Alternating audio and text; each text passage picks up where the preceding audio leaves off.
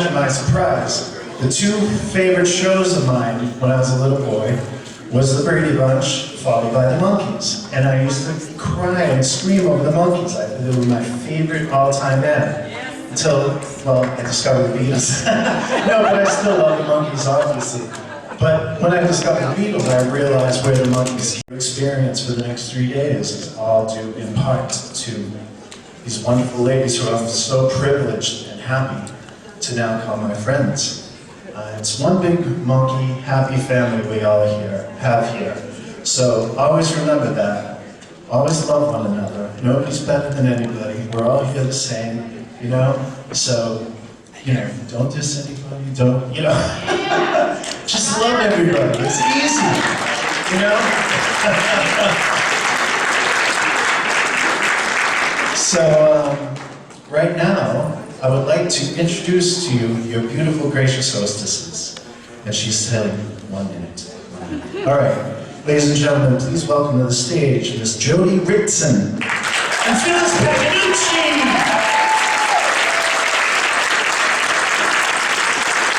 And for a great monkey weekend. Yeah, it's lovely. Happy to have guys here with us. We know you're going to do just that. So this is what we're going to do. First, what we would like to do, we're going to have our Q&A with Pop and Nez. Did you all send your questions over? Yeah? All right, good. All right. So, during the reason I had to vote. And so, actually, I came from my brand new car for my sister.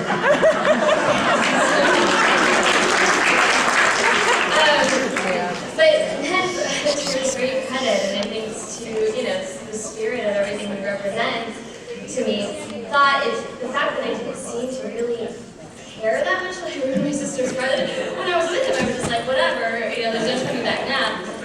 It happens. He thought that that seemed like great leadership on my part. And then since then, he has supported the Monkees Convention Foundation, which is really our only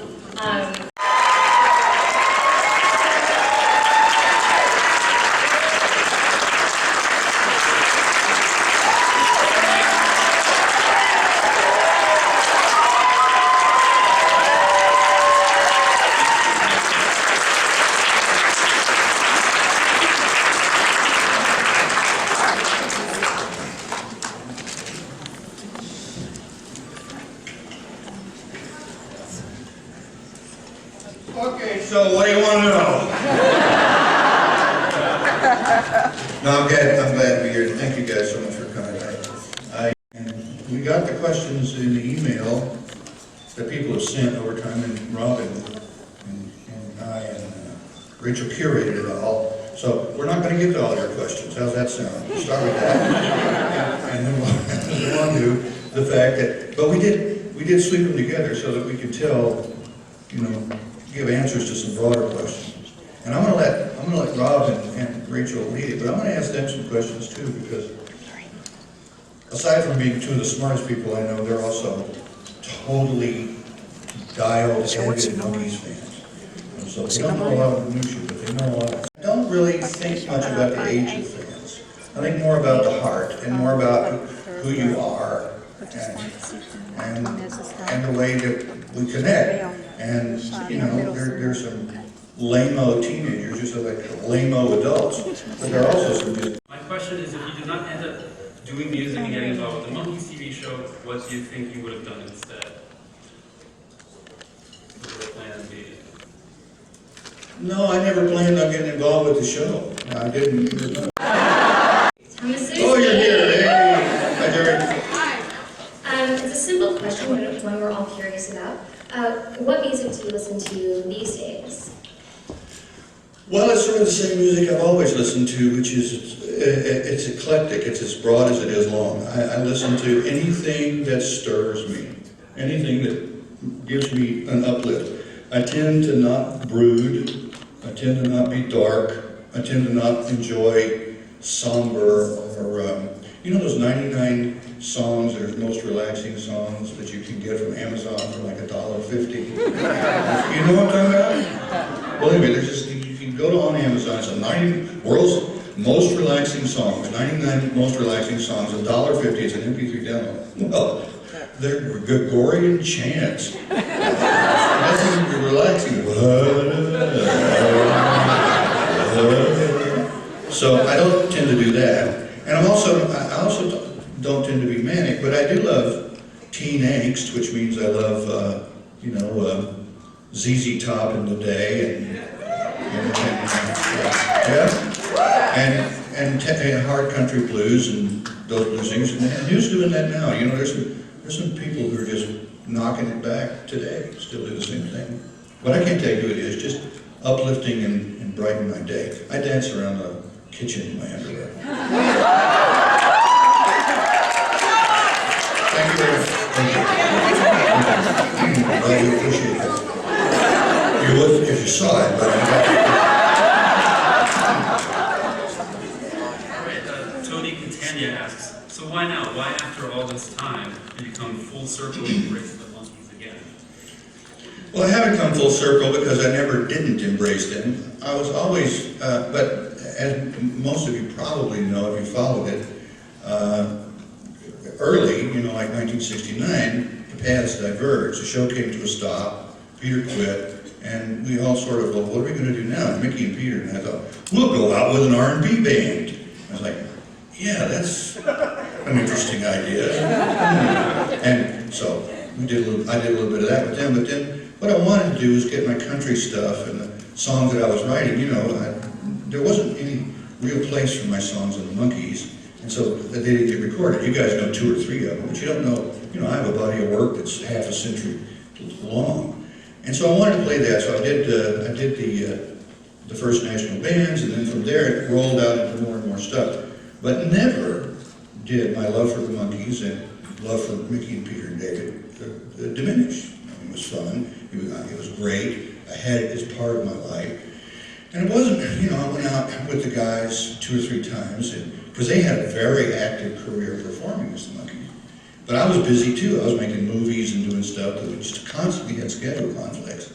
And then towards the end, just before Davey died, I got, we started talking again. Let's go back out, let's go back out. And of course we lost Davey.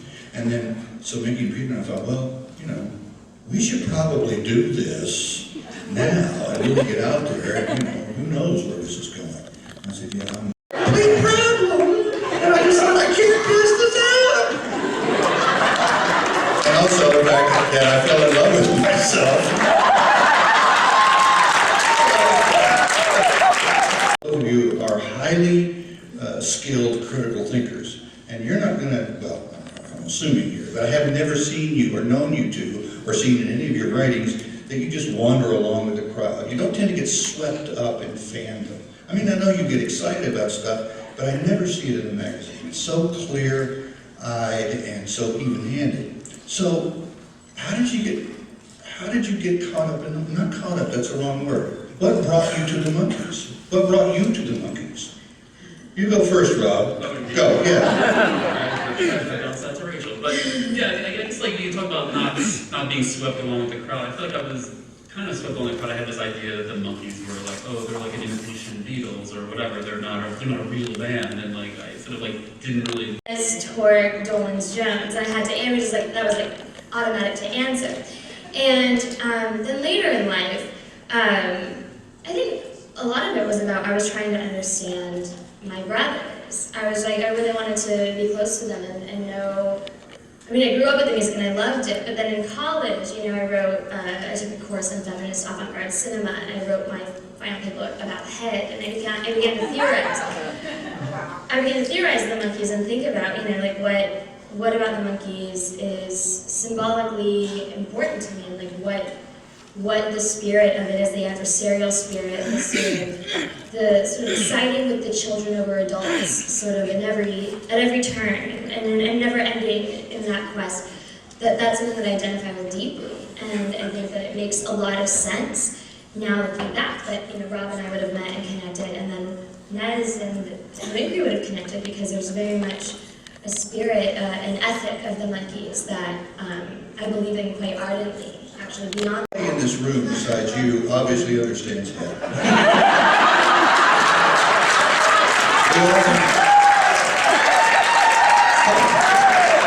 Lead us, Rachel. Lead us. Tell us what the hell. We had watched Ted before coming out here, and I was trying to find it, you know, and I was like, what did I say? You know? And we had all these, I mean, I think that, like, you know, our takeaway from it was, on some level, it's about, the film is about agency, it's about the, like, sort of impossibility of freedom, and that not just for the monkeys, but for all people. At the time, I wrote about how, that what I learned about feminist avant-garde filmmaking tactics of sort of, you know, I mean, I'm not going to ramble on forever, but about, you know, it's about the male gaze and sort of thwarting it and subverting it, and I think what's interesting about the Monkees is that... I can't take my eyes off of Davey. What do you think about that?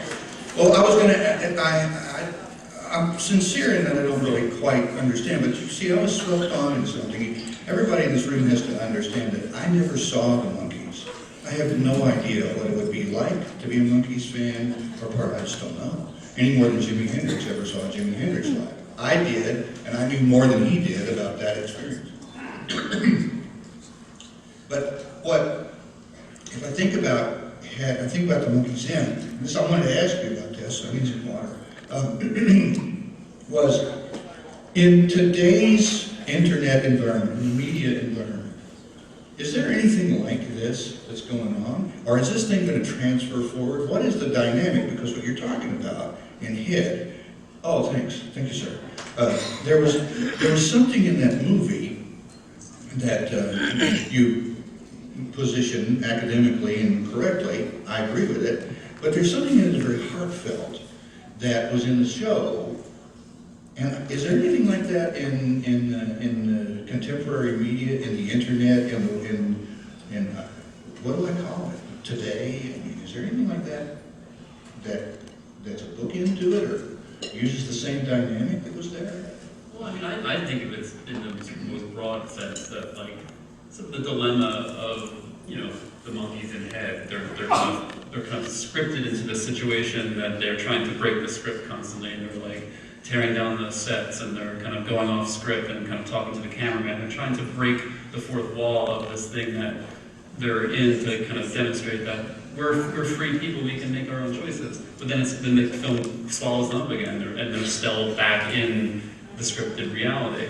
And I feel like living in a world where it's sort of like we're under surveillance in lots of different ways, by our own choices, by using our phones, and by being on social media, and using Facebook, and all those things. Like, we're kind of like following down the path towards sort of, you know, being in that situation ourselves, as sort of as a society, where like we kind of like try to reenact To that, but still, there was this moment where it just sort of came out of nowhere, and it was, if you try to go back and figure out, okay, is this point of view an adversarial point of view? Is this a feminist point of view? Is this, what are these guys up to? The answer was, beats me. And yet, on the wall was, did you show me the picture at dinner last night about money is the root of all evil? Yeah. I'd forgotten about that. The first shots in the show. It is one of the first shots on the show. Well, you guys never told me that. I can't remember what was on that set. We tried to rebuild that set when we did the special in '97, but we couldn't find all the pieces. They were all gone. Anyway, blah blah blah blah blah. I'm curious about the sort of behind the scenes also, just in terms of, you know, building upon this. Maybe there wasn't a set ideological agenda of the Monkees to be subversive or adversarial in this way, and yet on the same Grateful City commentary that you're referring to, he talks about how one of the strategies the Monkees used was always to use first-time directors, because first-time directors had no sense of rules, and so they could just do it. Yeah, but you can look at that as two ways. You can look at that as kind of anarchistic or just ignorant. You know? There are some rules to filmmaking. No, but I wonder, do you think, like, sort of the Monkees' whole project, you know, the sort of not knowing what you're doing, right? The sort of like the sort of madness of the project. What, you know, how do you see that in retrospect as being, you know, formative to what the Monkees was? How much of it were you really in control of? Well, My gut reaction to that is none, zero. But I think at times, I would have fights. I would have these notorious fights around Arden because I was trying to figure out a lot of what was going on. A lot of it had to do with the music because the music was a critical path to me. I thought, you cannot do this show with 1960s sensibility, Hollywood commercials as the music bed. Not in the age of the Beatles. And for me, not in the age of rock and roll and not in the age of Texas blues. You can't do that. It's got to be real. Now, Kirshner, who was a fierce adversary to me, and I was to him, he was an excellent songcrafter, pop songcrafter, and he put himself in a position of saying, I want to control the music here, and I want this to be done a certain way. And for the most part, he was right. He got Tommy and Bobby involved. He got Jerry Goff and Carole King. He got Barry Mann, Cynthia Wild, Neil Diamond, and so forth. And he did a wonderful job of those early records. I think they're some of the best pop songs ever. But at the end of the day, the more I pushed against Don and the more he pushed back, the more I realized I'm not pushing against anything here. This guy doesn't have any control. None of us have any control. The producers don't have control. The editor doesn't have any control. So does it mean it's out of control? Well, it was under the control of something. And whatever it was under the control of then, it's under the control of now. And I suspect, not being a Monkees fan, I suspect that is a common bond we all share. That there's something that made that thing happen and pop in and work that lives with us all forever. Now, the fact that it happened at, some critical prepubescent time, I think is salient and is important and you got to look at, but that bores the hell out of me. And so I just don't think about it. I think, well, okay, that's probably true. But at the end of the day, didn't I just say end of the day? Okay, well, it's the end of the day. The coolest thing I ever heard, how is he doing that with his thinking? He's obviously not doing it with his body. He's making his body do it. How does he do that? That's cool. Well, I found out that there were certain kinds of music and certain sorts of things that happened that were inspiring on that level, and it made it well up in me. And so the music that was in the Monkees I approached spiritually.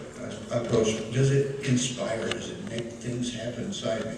And had I not been quite so adversarial to Don Kirshner, I think I could have understood more what he was after. But I was fighting for something. I was fighting for a basic roots kind of music. And Don was fighting for pop music. He said, no, you don't do pop music, you do it this way. And so I never quite got completely grounded inside the Monkees music the way I wanted to. But I did get something out of it that was deeply spiritual and deeply meaningful to me.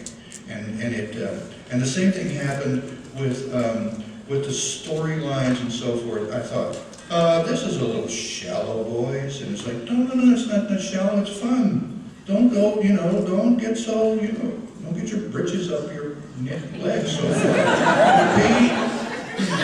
Just hang out with it and have a good time. I think, there's something to that. As I've gotten older, that's informed it more and more and more, because in this spiritual sense, while it is precise, and while it's a beautiful, it provides me with a beautiful access to ideas, it also has a gentle, loving kindness to it that's just easy. Just take it easy.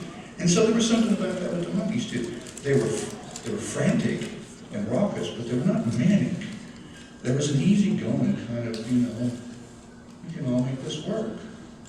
But there's a trust in this sort of versus let's throw everything at the wall and see what sticks. Yeah.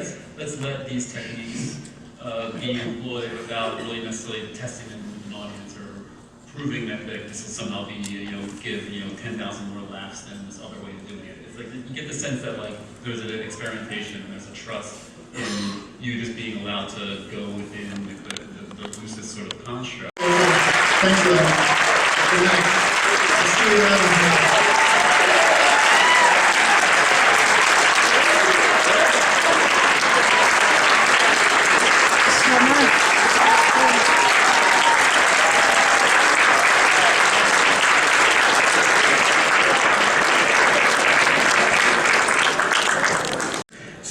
there were a lot of things that went on. The route that they were starting on early on, I'm giving you a very long answer, but I know the man who was before me probably talked even longer than I did. If they had started on the same path that they did in season 1 and doing those very generic sort of things that we all think are amazing, the very generic records that Don Kirshner wanted, I don't think that we would have the same passion or interest in what they had. 4 buses and their band of, several people and the stage crew, a crew of 7 people. I've produced the last several Monkees tours, so all of these moving parts that go on with the Monkees, I'm intimately familiar with, and it takes a lot to get them not only to be in the same place at the same time, but this entire big mass of people to be there. And also, Rhino control the name, the Monkees, and all of the merchandise. So in order for them to appear as the Monkees, there has to be a deal with Rhino in place before they even advertise or even talk.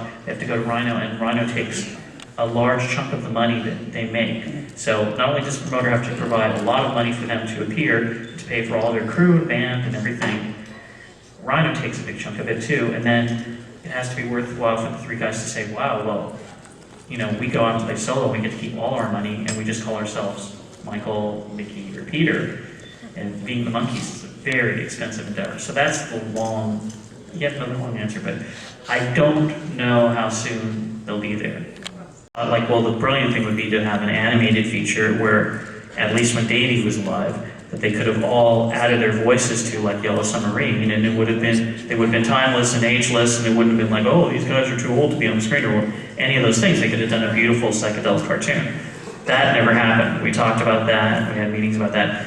Early in the 90s at Rhino, the people from this company, Brillstein Gray, came over to the Rhino offices and were pitching a movie, all of those movies that you saw, like the Flintstones and Beverly Hillbillies and things, on the Monkees, with a lot of the Saturday Night Live characters. And the premise was that the Monkees were being managed by John Lovitz, and he ran a used car lot. I swear I sat there straight-faced at this meeting.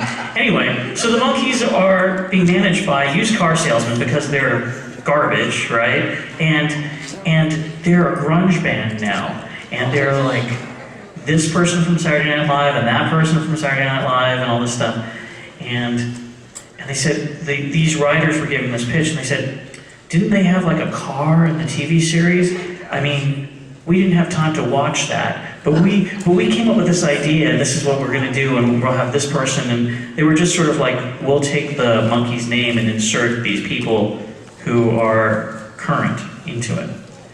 And afterwards, Harold Bronson, who was the head of the company at the time, said, what do you think of this idea, Andrew? And I said, well, I'm going to not say anything too much about my personal feelings about it. But if you know how long it takes to make a movie, it takes a couple of years usually. They build sets, they cast, people usually walk out, they hire and fire directors and writers and stuff. There won't be grunge music that's popular by the time you get this movie out. It's going to look really dated and really, really stupid. Not to mention the fact that I don't think that having these guys make a comedic Monkees movie and just make fun of the Monkees is really good for perpetuating this brand that I see as evergreen. People will always like in some form, but not if you trash it. And so they never made the movie, but not basically because of my speech, just because part of what I said was kind of right. And no disrespect to Nirvana or anything else, but they were just looking to jump on a bandwagon to make something like that. And I think that that's the problem with most things that you see revitalized, and what I tried to do when I staged the Monkees shows the last 3 years was to try and bring it back to more of the original renditions of the records, have the footage on the screen that was their original shows, and make it less of a modernization of their brand. I don't think that it needs to be blinged out or have to have a lot of, glitter to it or anything else to sell it to the people who really love it. I think that it is something unto itself, and it's something that's timeless, that shouldn't be tampered with. And I've got a very purist viewpoint. Not everybody, especially not even everybody in the Monkees, shares my viewpoint. They think you're a fan, And how could you actually know what's right? Because, you know, everybody's criticized us for all these years. Maybe we should really be doing this or that. So, but history has shown that those original Monkees songs are so great, and the way those records were made are great. The television, the images are great, and that's really why I think we're all here. Together. You'll get a chance to see it, one of the 3 screenings tomorrow if you haven't already, and I think you'll enjoy it. It's not the final cut, but it's very close, so that they considered to come down and do a sneak preview. It's not that sneaky, but... We thought if anybody should see it, it should be you guys. And like most things these days, we've been just doing this ourselves because Bobby's been extremely generous with giving us access to his archives. And then I have a big archive of stuff too that I threw in there. And we managed to get far enough to make a really beautiful looking film. But we need your help in supporting this movie, getting the word out to other people, because it's a story not just about the Monkees, but about these songwriters, Tommy Boyce and Bobby Hart, who have an amazing arc to their career. And there's fascinating stuff about the Monkees project and about Boyce and Hart that you've never heard before that are these things in the movie. And it's all vintage footage, vintage photography, a lot of it shot by Bobby himself. We were talking earlier about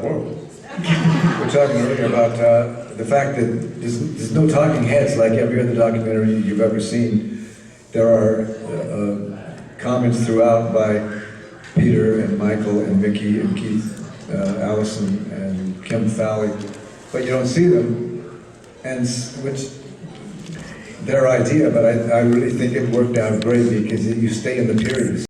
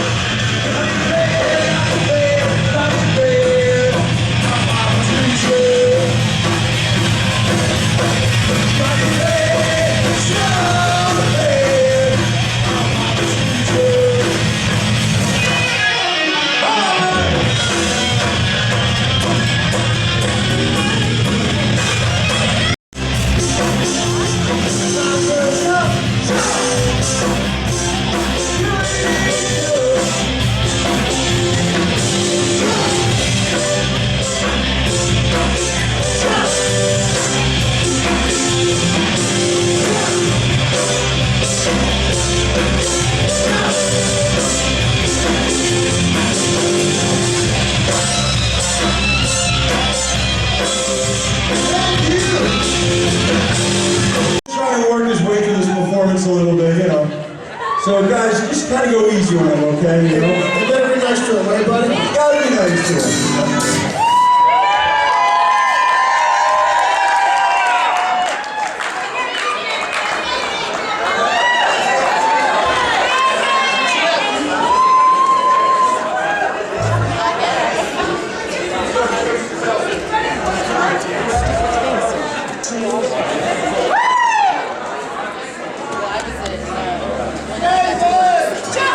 He's so shy, you don't know what to do.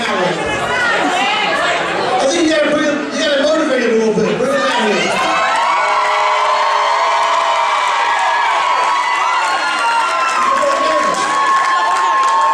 You think you guys can give us a little warm welcome? Thank you so much. Who's a little encouragement?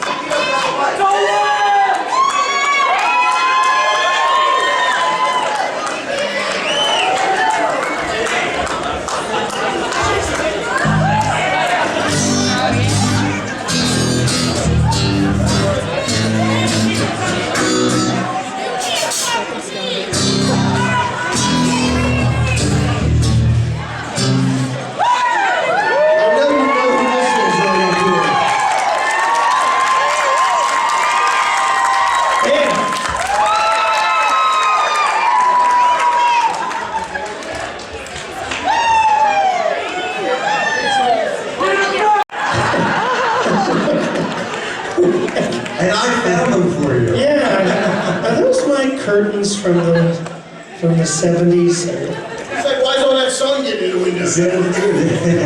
Okay, let's do that. Let's do a Pretty Woman.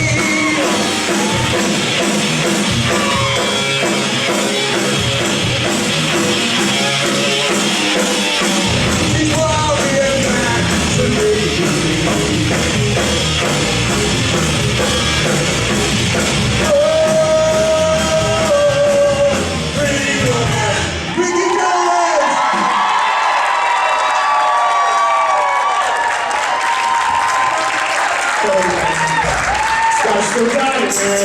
Still. Cool. Hey. Is there a monitor guy? Yeah, right here. Huh? Oh, there, hi.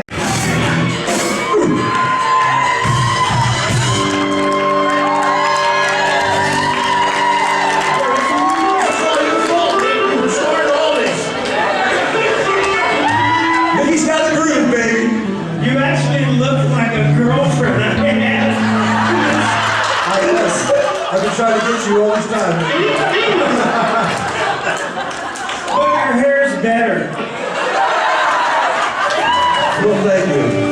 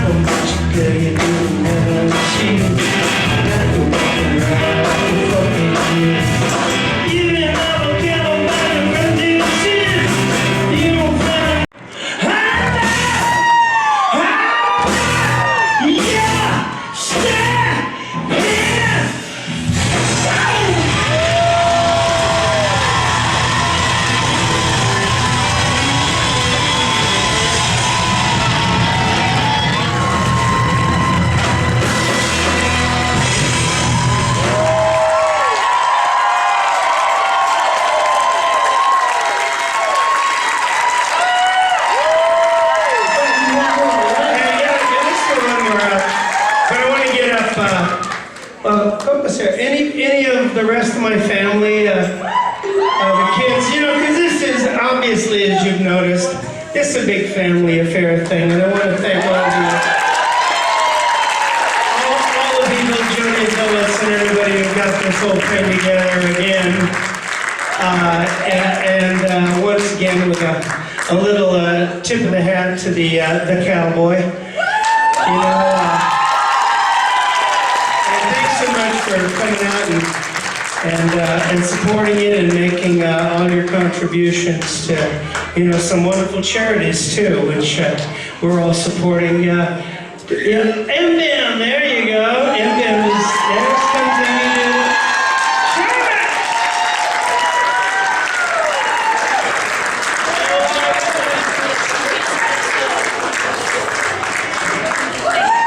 Shirley just got off a plane from Zanzibar.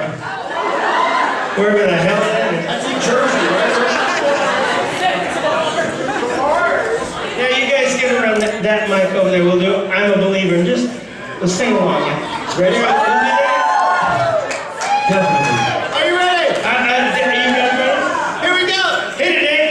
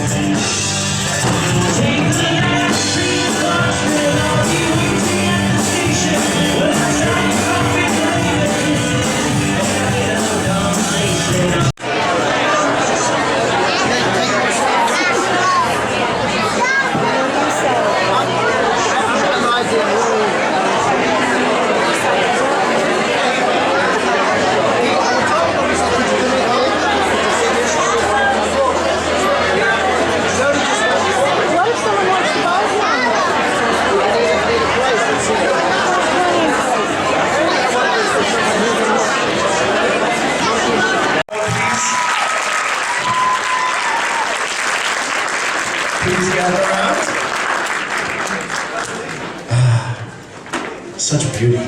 Can't believe it. Now I know why all the women loved the Monkees, because look at their daughters. Anyways, without further ado, here's your beautiful, gracious host, Jody Ritson.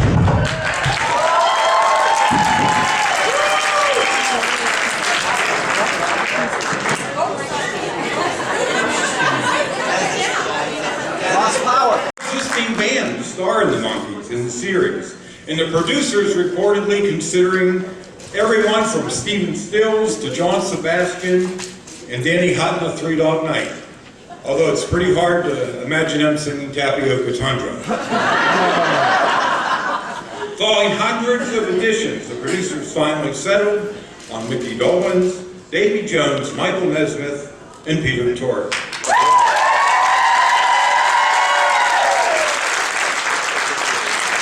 The TV series anyone's stepping stone.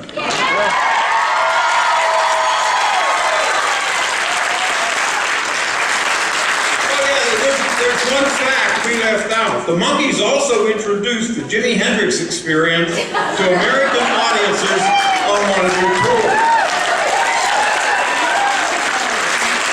And if that sounds bizarre, it shouldn't. The Monkees defied categorizing, even though some tried to do just that. Some take the Monkees as bubblegum, as in Last Train to Clarksville. But of course, if you were here last night, you know it rocked out pretty well. Some said they were easy listening, as in Daydream Believer. Some said they were rock, as in I'm Not Your Stepping Stone. And some said they were psychedelic rock, as in Tapioca Tundra. If you listen to their votes, more votes in fact than any other nominee ever for America's Popular Top.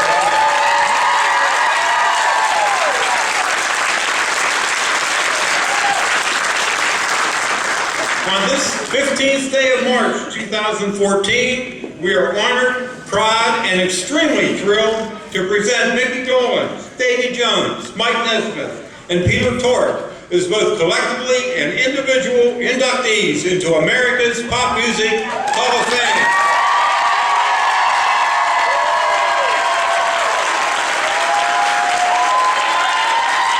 And now the moment we've been waiting for.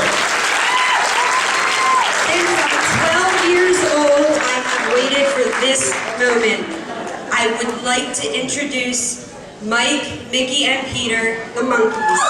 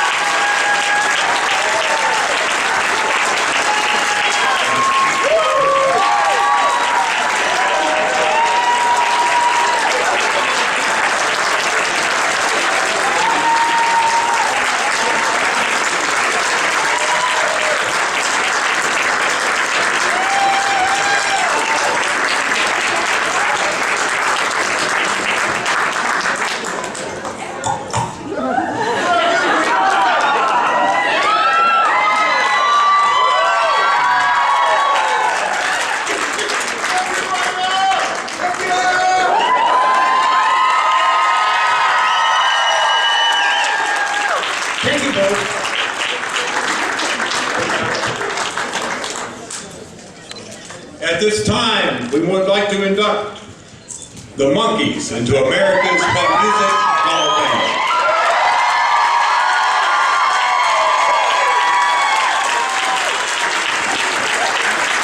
Mine says Peter Noon. Mine says Mickey Nesmith. We also want you to know we do have one for Davy Jones, and we'll be sending it to his family. Yeah.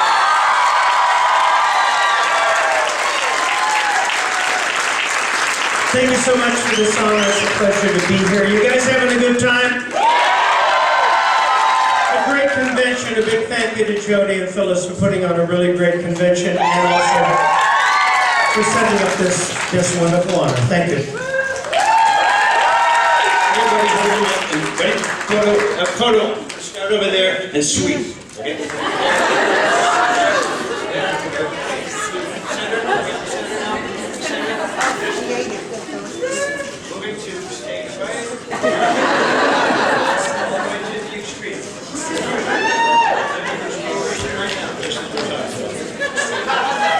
Thank you all very much. Thank you.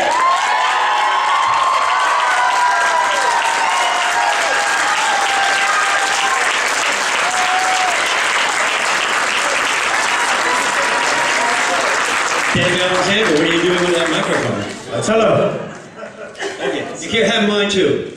No, you know what, guys, I think actually we should... Hey, let's do the show right here.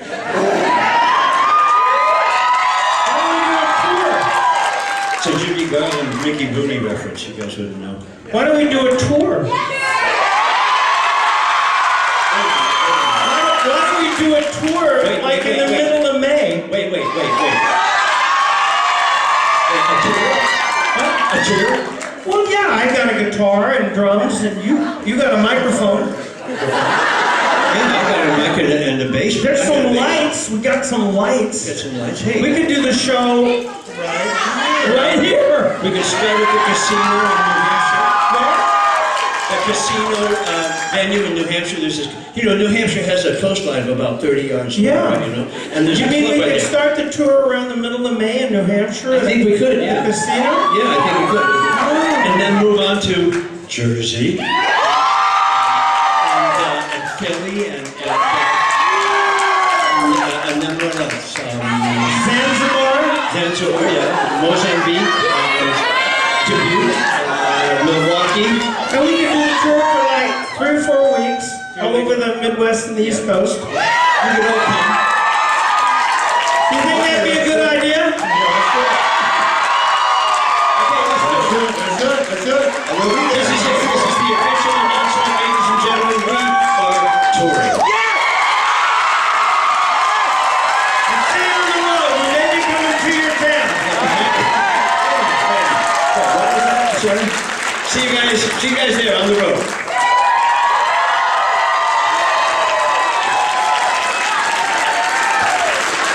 If you are in the New Jersey area, Monkees are going to be in the area May 24th, and Diane in the front row over in the vendor room has the information about getting tickets.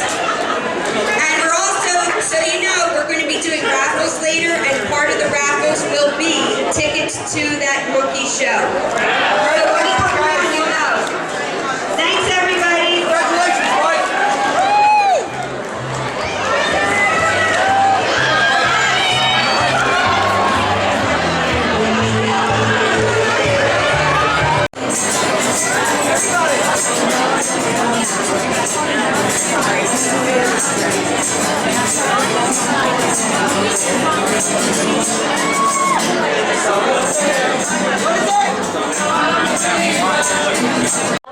I don't go to Zimbabwe. It's a lot closer. That's it. I'm the middle daughter. My name's Emily. And I am a preschool teacher by day. So I have 10 3-year-olds in my classroom every day for 8 hours straight. Every day. It's a lot of fun, very cute things they say, and yeah, it's a lot of energy. And I love using my creativity in the classroom to teach them subjects about the world. Last week we did a yellow submarine, and I covered the table with yellow paper, and we all crawled underneath it and looked at the whales and the sharks underneath the sea. I did have to remind them that there won't be actual whales in the classroom. We're not filling the classroom with water, don't worry. And then my creative part is my photography and my art, my college art, and my poetry, I guess, which is what I'm selling in the vendor room. But so I do a lot of creativity in my day job and by night. Okay. Now, I know everything about you girls, pretty much, pretty close. But if anybody would like to ask the girls a question, I'm here with the microphone. I'd love to come to you. And have you any questions for the lovely ladies? A song, I don't know what it was, some song.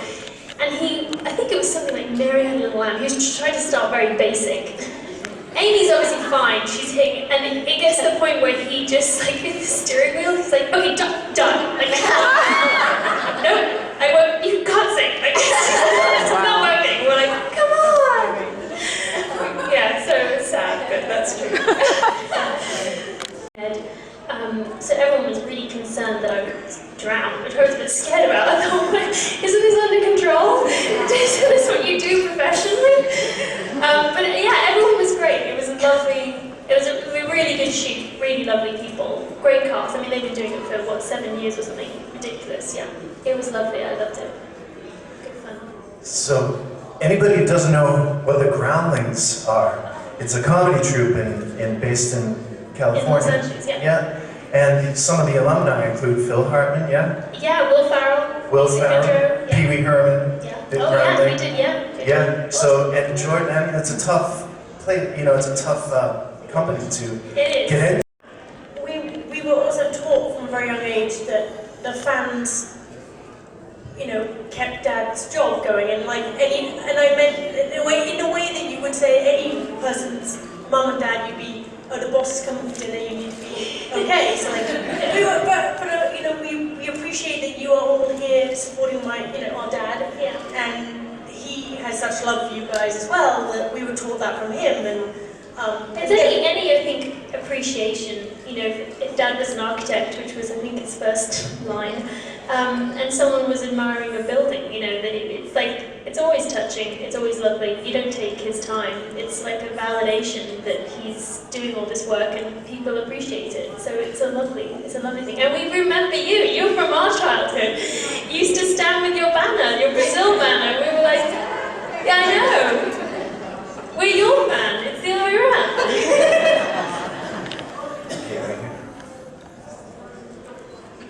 What's it like when you see Monkees episodes when your dad was so young, and seeing like the other Monkees when they were so young? I see Emily on screen. Yes, I was saying it's like, oh, I didn't know I had a TV show. Yeah, I think a little bit what Georgia said earlier, I think it's fantastic that we have our dad on film.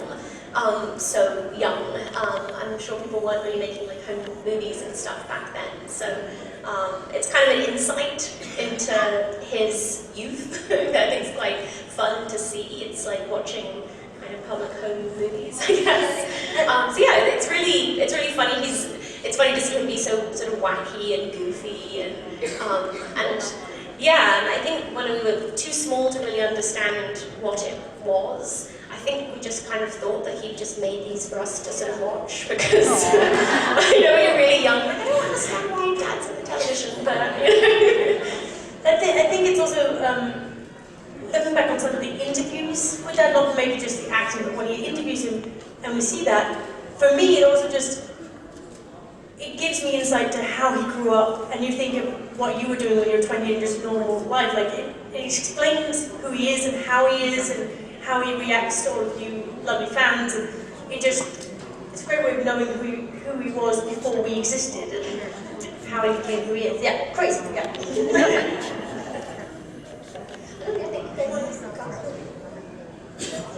That's actually close. I think it might be the son he never had, because I'm in the workshop. Yeah, I do welding, so yeah.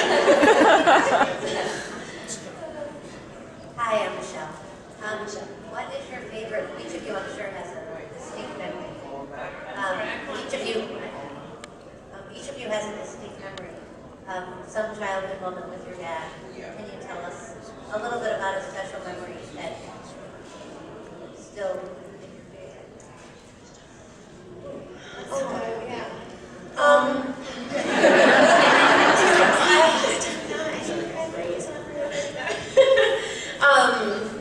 For my 16th birthday, his gift to me was we would climb Mount Whitney together.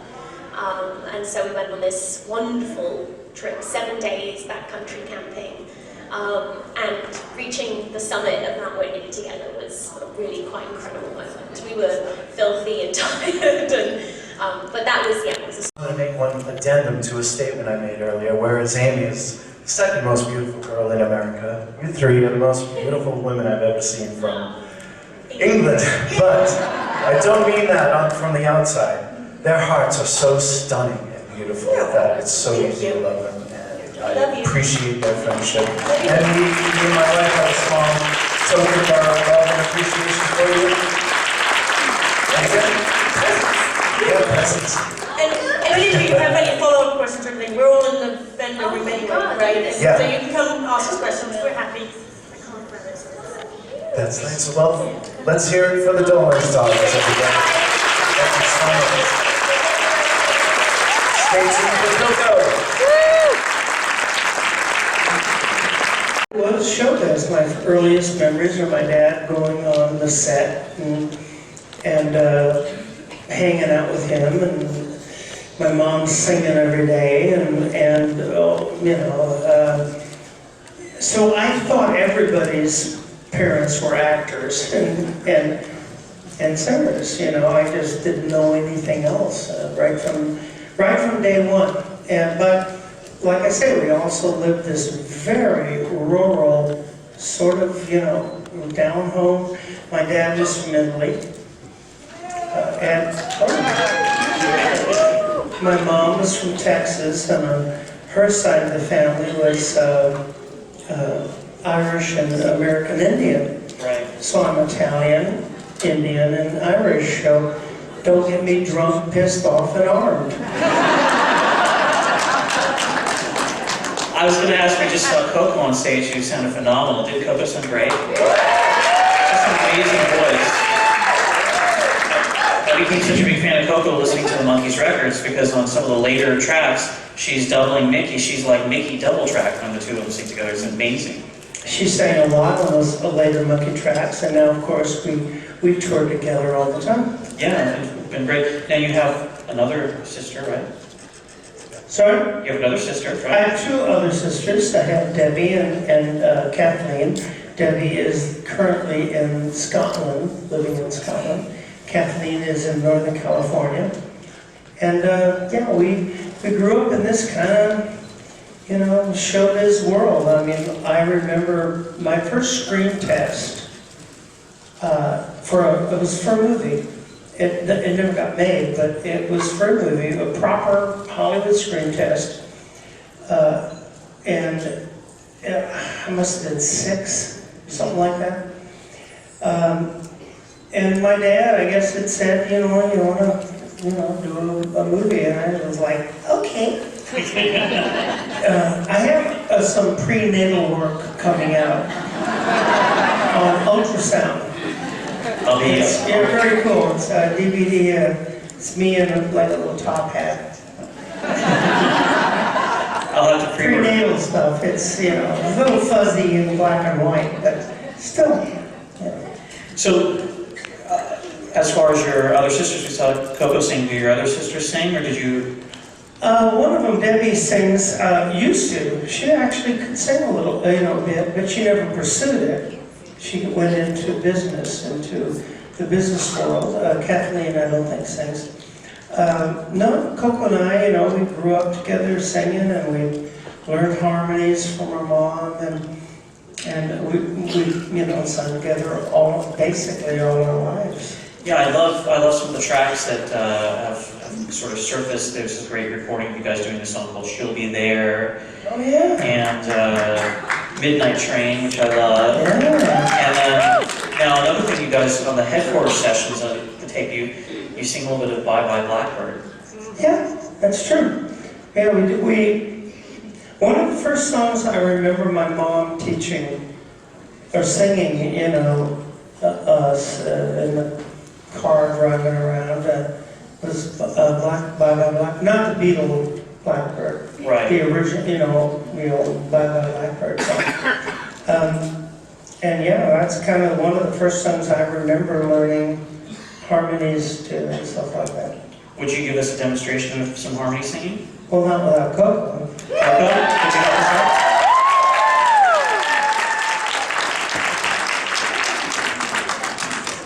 You want to do that, Coco?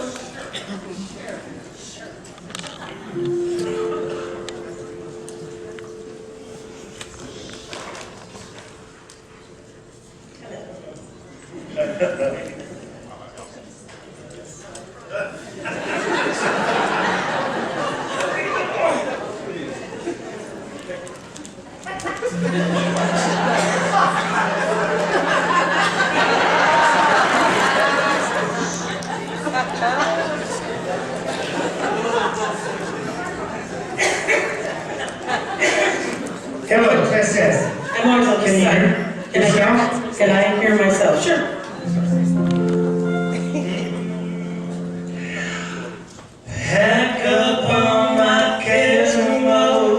here I go, singing low. Bye, bye, blackbird. Where somebody waits for me, should the sea, so does she.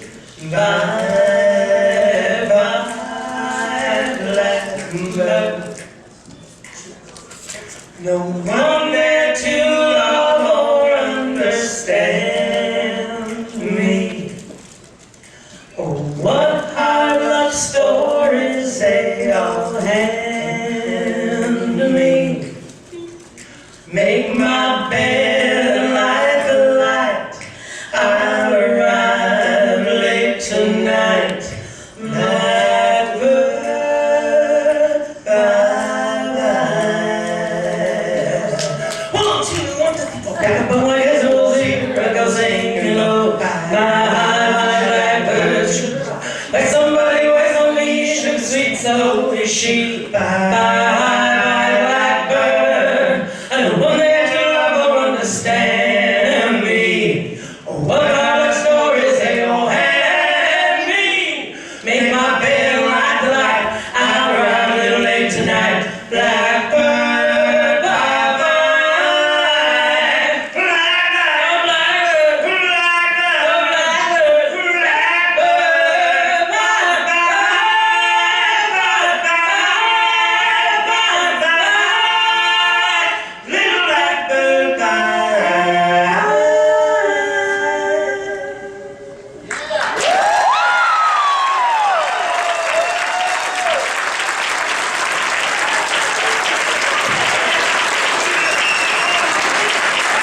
Just about ready to go on stage.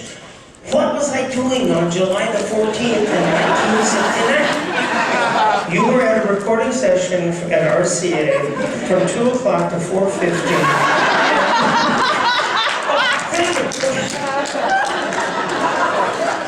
It's handy to have me around sometimes. Yeah. So, anyway, I think Dave Alexander's here and maybe has a microphone. He's going to go run down the aisles Donahue-like, and we're going to take some questions. And we're going to try to answer them between the two of us. Yeah. All right, we got a question. Hi, Mickey. I'm working on a book on the film work of Jack Nicholson, and so I'm curious about your perspective on his contributions to the script of the film Head, as well as his assembly of the soundtrack album. So this is about to the script of Head, and then yeah. Well, we met Jack. Bob Rafelson introduced us to Jack, and we all absolutely fell in love with him and his spirit and his charisma. He's incredible, entertainer, actor, person. He's just wonderful, and he's very funny. And what we did is we all went up to a golf resort, actually, outside of LA, and we sat around for 2 or 3 days at least, and to break through. There was a movement to try to break through the Hollywood studio system, and Head was one of the first films to kind of do that. It did help that Bert Schneider's father was the head of Columbia Pictures. But the movie was about that, the deconstruction of the Hollywood sort of classic, traditional, old school studio system, and also about the Monkees as represented. Cavalry outfits, and Terry Garr, one of her first, I think maybe her first. Yeah, on screen dialogue in a movie. Terry Garr was in the movie and in that scene, and Mike and I are there, and we're like fighting off the Indians, and it's a big set with all the landscape and the backdrops, and I get hit with like 4 or 5 arrows, and in a fake, obviously, fake kind of thing, and then I go, Bob, meaning Bob Rafelson, I don't want to do this anymore. I hate that. I don't want to do this. This is just crap. It's just stupid. And I break the arrows and I. There's little editors for the old school editing machine with little screens that are about this big, like your phone, kind of, but with a big reel of film attached to it. and they had little roll of film and a little tiny screen, and they set all these moviolas up around the room. And it was totally psychedelic, and I mean like out there. This party thing, you know, launch. And they put one reel of the film on every moviola, and they just started running them. Because the idea was, as kind of weird and crazy, I don't know who was smoking what back then, that you could watch the movie from any point in the movie. And still be confused. And it didn't matter where you started watching the movie, it would all come around to the same circular kind of psycho-jello, Hare Krishna waterbeds, you know, kind of thing. And they did. They played the movie, all the reels, one reel going simultaneously. And it's true, you can watch that movie from almost any part in the movie, and it all just comes back around. Well, there's a circular motif in all the soundtrack too, and that's something Rafelson had talked to me about. And you'll see in Circle Sky, obviously, circles, the rotating stage at the theater. Do I have to do this all over again? Yeah, and then lyrics as we go along and so forth. There's all that sort of stuff, and the Monkees are doomed to repeat that circle over and over again. And they cut out of the movie 2 full sections where you see Mickey getting out of the box, and you see Michael getting out of the box, as in addition to Davey and Peter. But I guess they felt at some point that made too much sense, so they ripped those out. But those do exist, so let's take another question. Hi, Maybe. Could you describe your experiences when you visited London and visited the Beatles in the mid-'60s? Visiting Abbey Road and the Beatles recording sessions for Sgt. Pepper in February of '67.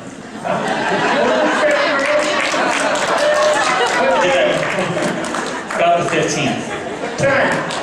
Some of you have my book here. What was I wearing?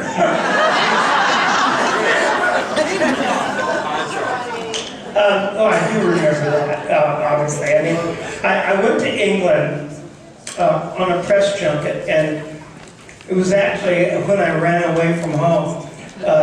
We were supposed to record some new singles. One of them was Sugar Sugar, if I remember correctly, which I just actually re-recorded on the CD. And it was Mike that, who had been spirit. And they're just the 4 guys sitting there playing. And I was like, so wiped out. I was like, where are the girls?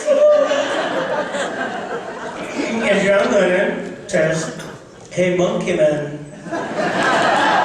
That's what he called me. Monkey Man. You want to hear what we're working on?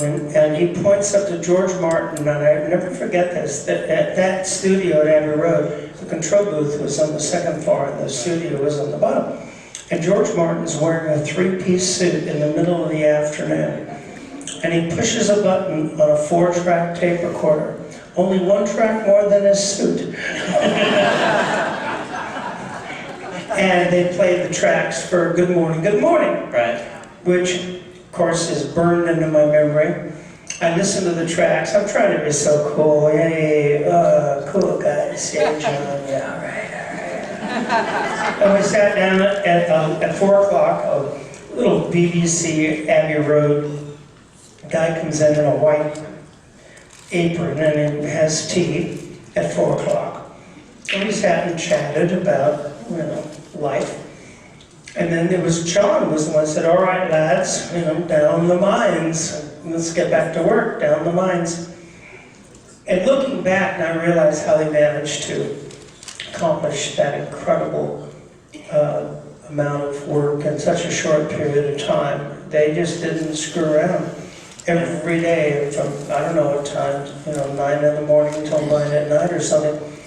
And Good Morning was that track that I was there for. And then a few months later, I was directing it. I'd written and directed that episode of the Monkees, Mija Kojo, The Throat Escaper. And I must have, and I guess I told the producer, Bob or Bird or whoever, I said, I don't remember, I said, oh man, I really want that song, that, Beatles song, for that opening, shot. And I'll be damned, they must have made a call. I don't remember how it happened, really, but at that time, it was unheard of to get a Beatle tune for any other, purpose. And they said yes. Somebody said Apple or whatever they were doing. Somebody said yes, and we used the original recording. Yeah, it's at the very beginning. Good morning, at the front of the last Monkees episode to date. I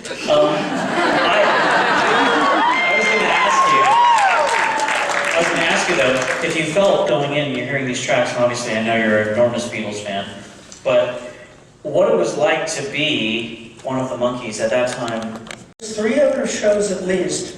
You'll probably remember the names. There was one that actually went to pilot called the what? The Happeners. The Happeners. I was up for that. Yes. I was up for the Happeners, and I auditioned for that. It went to pilot. Went to pilot. One of the writers went on to become a songwriter for the Monkees. Greg Smith wrote Salesman. Oh, wow. And he had a band with Michael Nesmith fostered called Penny Arcade. Yeah. Cool. And then there was some show I remember about a surfing van. Right. I don't remember the name, or it didn't go to pilot, but I was up for that. And then another one about a kind of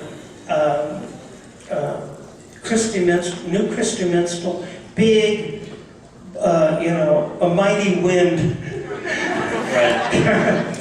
Act, I guess sort of show about a whole family, or I think that kind of became the Partridge family, actually. I was up for that. So it was in the air. It was in the air to have some show about that time, that music, and that generation. Right. And of course the Monkees did go to pilot, but it almost didn't. It was a real close call, whether that was going to sell. And that's been almost 50 years ago, November 65, when you shot that pilot. In September, when you guys were all, the ad was placed, and it's pretty incredible. Really? Yes. So let's take another question. Hi, Mickey. Scott Campbell Duffin. I'd like to sing in clubs and, smoke-filled clubs with cigarettes and no monitors or nothing. I remember my mom once during the Monkees, and she was a proper singer. She had been trained. And I remember once she came down to LA and kind of hang out and see me. And we'd already had a bunch of hits. It was like already the whole Monkee thing was huge. So it was probably 67, 68. And she came down to LA and she said to me, she went to a recording session, we were recording something, and she said, Mickey, you might want to get, some lessons about how to breathe and how to sing and, breathe and stuff. And I was so stupid, I just said, Mom, I just sold 65 million records! And there's probably something to be said there for the fact that the Monkees was essentially, this kind of trashy garage band, basically. And that sound, that raw, untrained sound, probably had a little bit to do with it. Anyway, so I missed all the 70s and 80s doing clubs and smoke and, everything else. And I came back and started singing, of course, in the reunion tours. But then the big change, and I think the thing that's most fundamental was when I started doing musical theater in 2001 or 2, whatever it was. I got cast in Aida, the Elton John, Tim Rice musical on Broadway, and the national tour. And my manager said, you really should get some training, because it's 8 shows a week, and it's like big time vocals,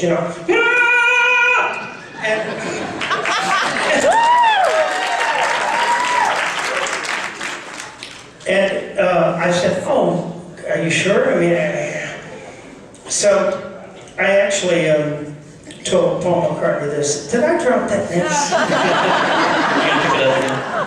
I was talking to Paul a couple of years ago at a rehearsal we was having, and we were talking about vocal training, and he was asking me about the Broadway thing and the vocals, and I said, well, you know, and I told him this story about how I went to this vocal coach, an amazing guy in LA called Eric Vitro, and I said, when I went to my first session, I said, you know, I don't want to sound like Mario Lanza.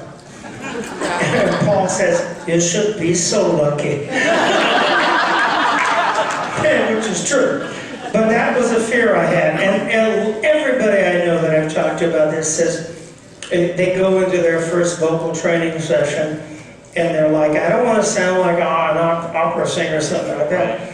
But that's not what it's about. It's about training this muscle, these two little muscles that are in your throat. And they're just these two little vibrating, very thin little muscles. And you have to treat them as you would a sport. If you were playing tennis or any sport, you have to take care of those muscles, you have to warm up, you have to train, you have to do it over and over and build up the strength and protect them and not injure them. And so the combination of all those things is, you know, and being blessed, of course, as I said, it is the reason I think that, you know, I can still, you know, sing a little bit. You're blessed with one of the best voices in popular music ever. And in particular, I want to say thank you to you because in the last few years, you've managed to put it on tape or on record a lot more than you had in the previous 20 or 30 years by doing some great albums. Remember, which is a fantastic album. New album, a lot of B.B. King's, which you can hear is completely great vocals on that, doing a lot of the classic songs. And then also the Carole King, King for a Day album. And I hope you do another new album after that soon. Yeah, I'd love to. And make me an offer. I've got about $100. I want to thank everybody for the Q&A. I think we have to move on, unfortunately, but I'm sorry we didn't have more time for more questions, but Mickey will be here all week, so, or all week. Tip your veal and try the waitress. No, try the veal and tip your waitress. Well, I had a good time.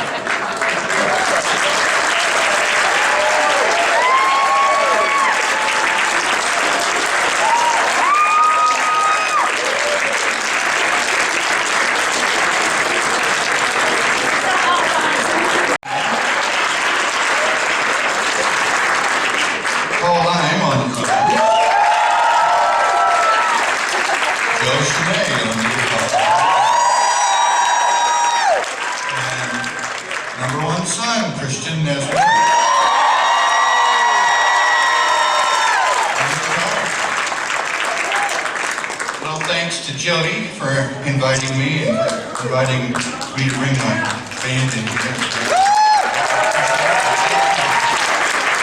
Tonight I'm going to be playing songs that I wrote, only songs that I wrote, and since these songs are kind of like movies of the mind for me, each one lives in this imaginary setting, a narrative where the song takes place.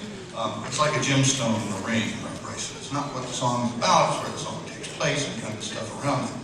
So, a while back I thought I would share that setting with audiences, and they seem to like it, so they're creating little mind movies, and those will be the introductions to the song. And it sort of works a little bit like this. It's late in the 1880s, in the great northern plains of the United States, up next to the Mississippi River. There's a small town and a platform for a train station. He is a big man in his late 40s, barrel chest and full beard. She's a slip of a girl. She's brown-eyed, 18-year-old in a long calico dress, a bright red hat tied around it.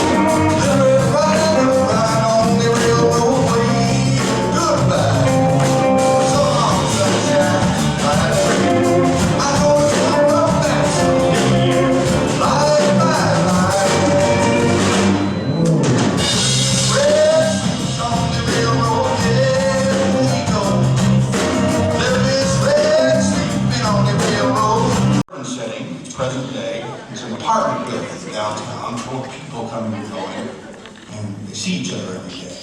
So everyone goes in and out of each other's apartment. There's a deli downstairs. They greet each other on the streets. They know each other well. He sees her often, and sometimes he brings her a gift. She sometimes will make them go to dinner at her apartment. They're together a few nights a week. They are lovers. And then one night, standing together over the sink as they're doing the last of the dishes in the tiny apartment, he watches her a long time in silence. In the twinkling of an eye, something has changed. So, he says this to her.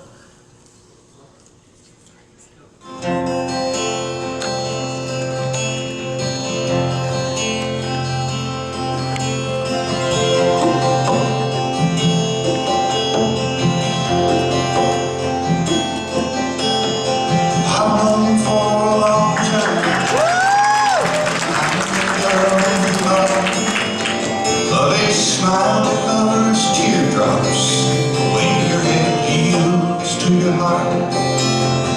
Things you kept inside, most girls could not bear.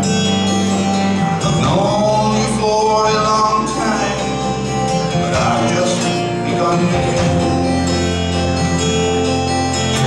I've known of all the party, I've known of all the pain. I've seen you in the sunshine, and I've seen you when it rains. I've seen you.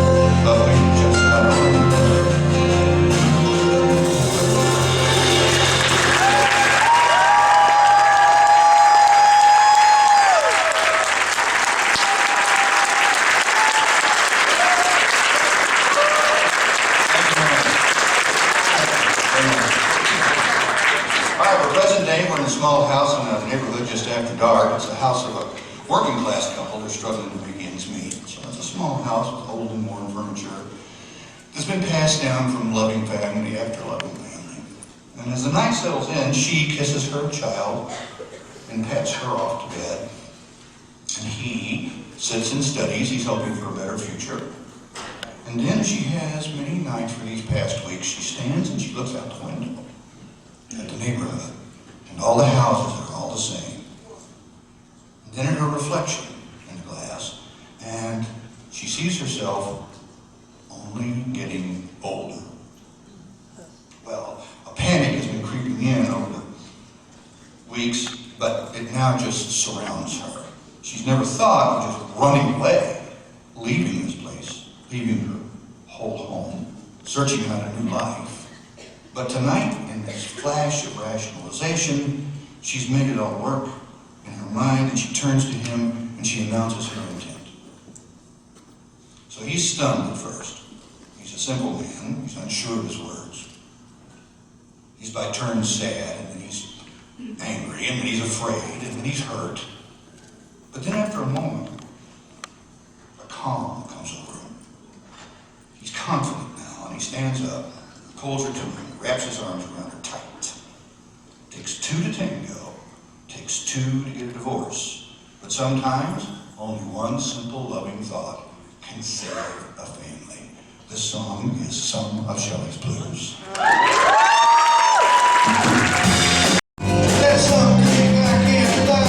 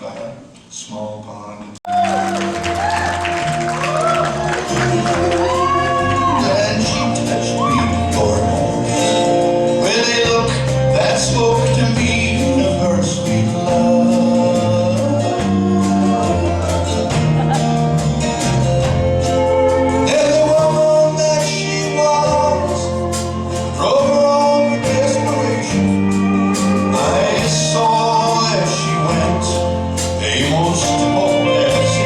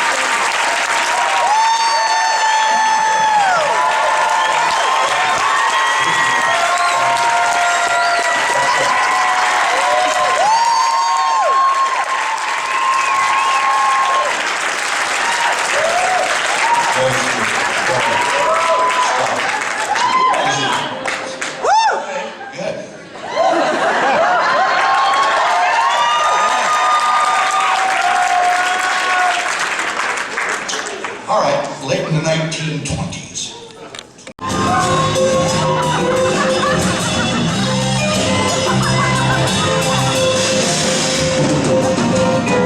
I'm hearing the light from the window. I'm seeing this town soon. My feet have come loose from their moorings. I'm feeling quite wonderful. So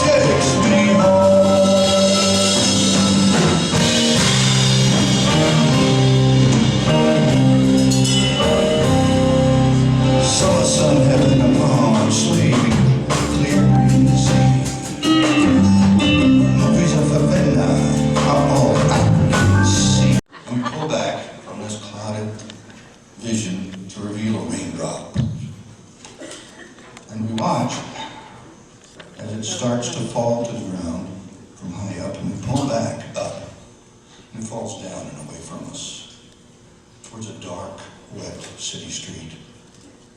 So we keep pulling back up higher, farther and farther away.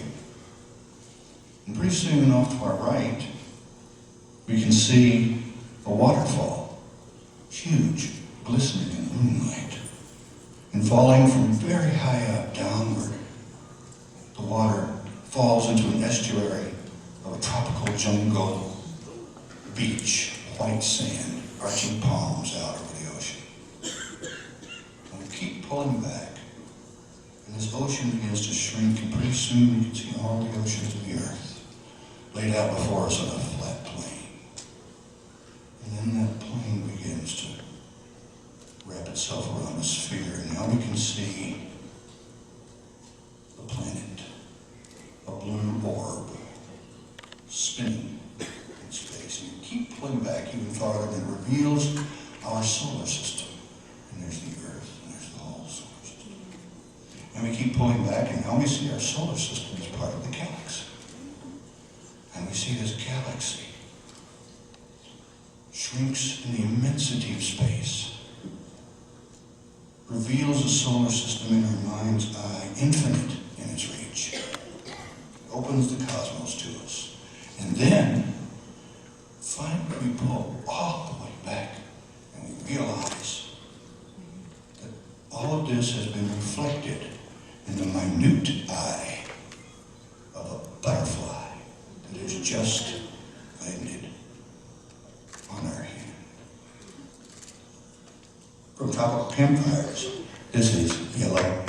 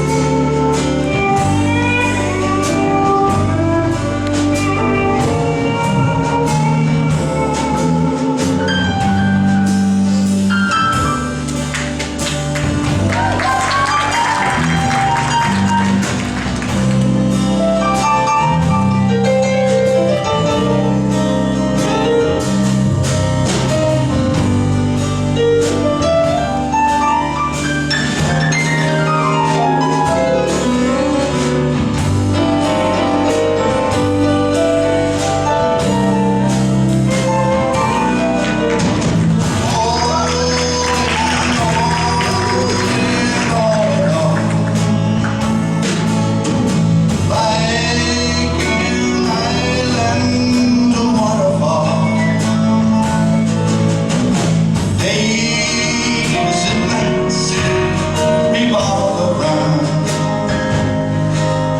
our flying silent sound of the waves, of the turns, the candle flame, serene they burn somewhere staying. Yellow butterfly, a yellow butterfly, yellow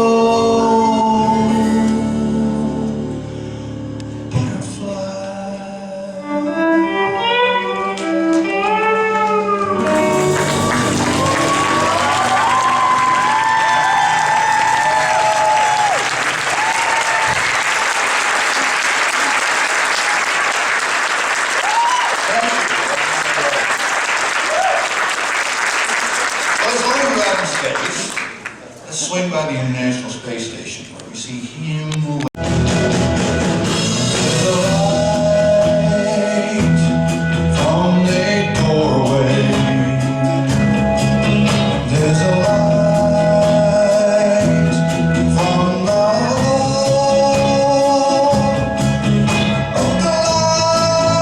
light from your window. Is the white test of all.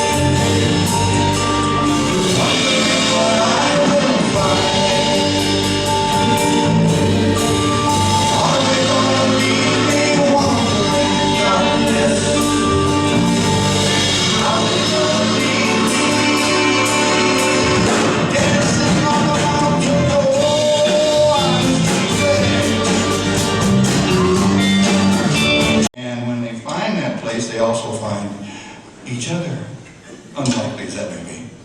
So they discover a connection that sets them free. So it becomes a cause for celebration, for dancing, and for good times, and a night on the town. So in this movement of mind, employ the technique of montage, which means you bring all these images together just to overcome you with a general sense of it.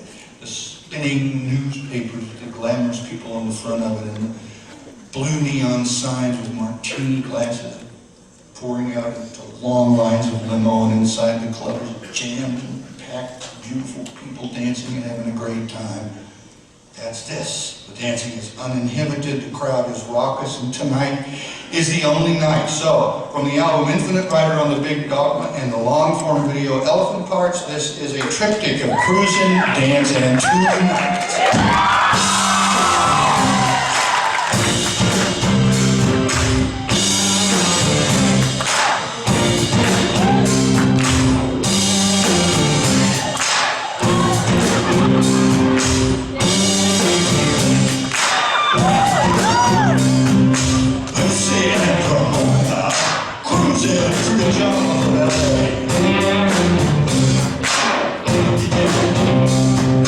Hoping to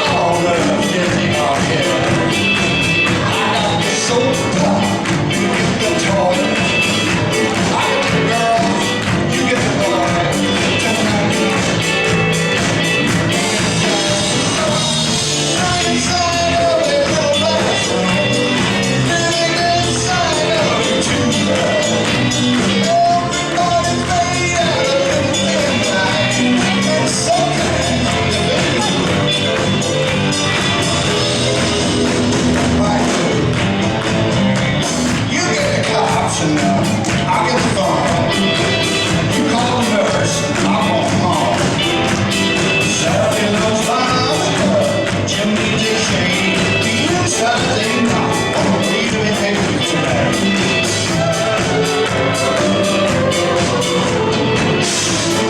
Take the time, I got the room.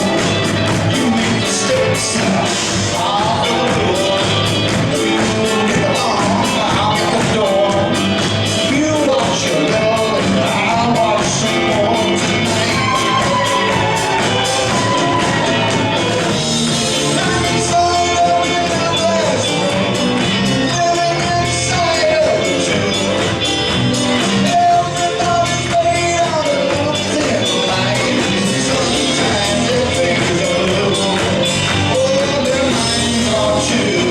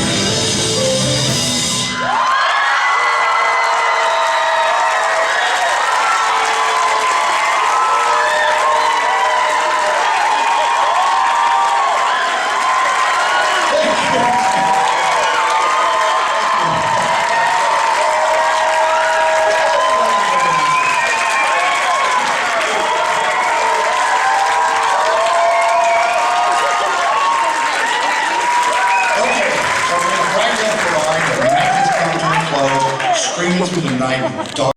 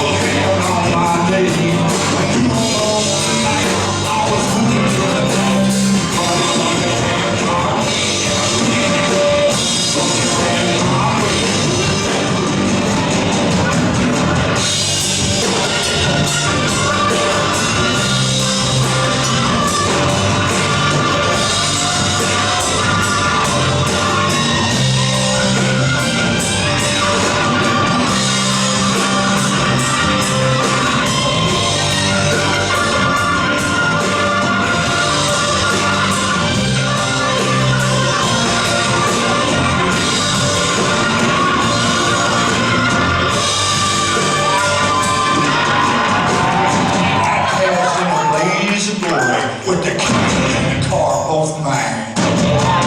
Don't say it passes, but it's the same old story, except the cows have a brand new life.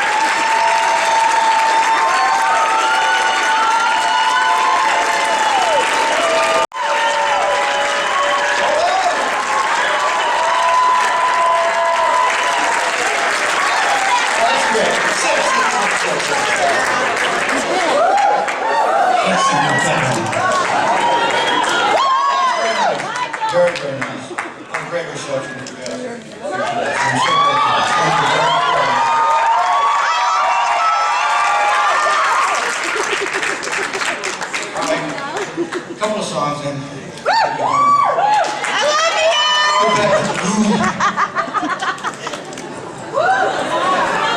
It's been a nice conference, huh?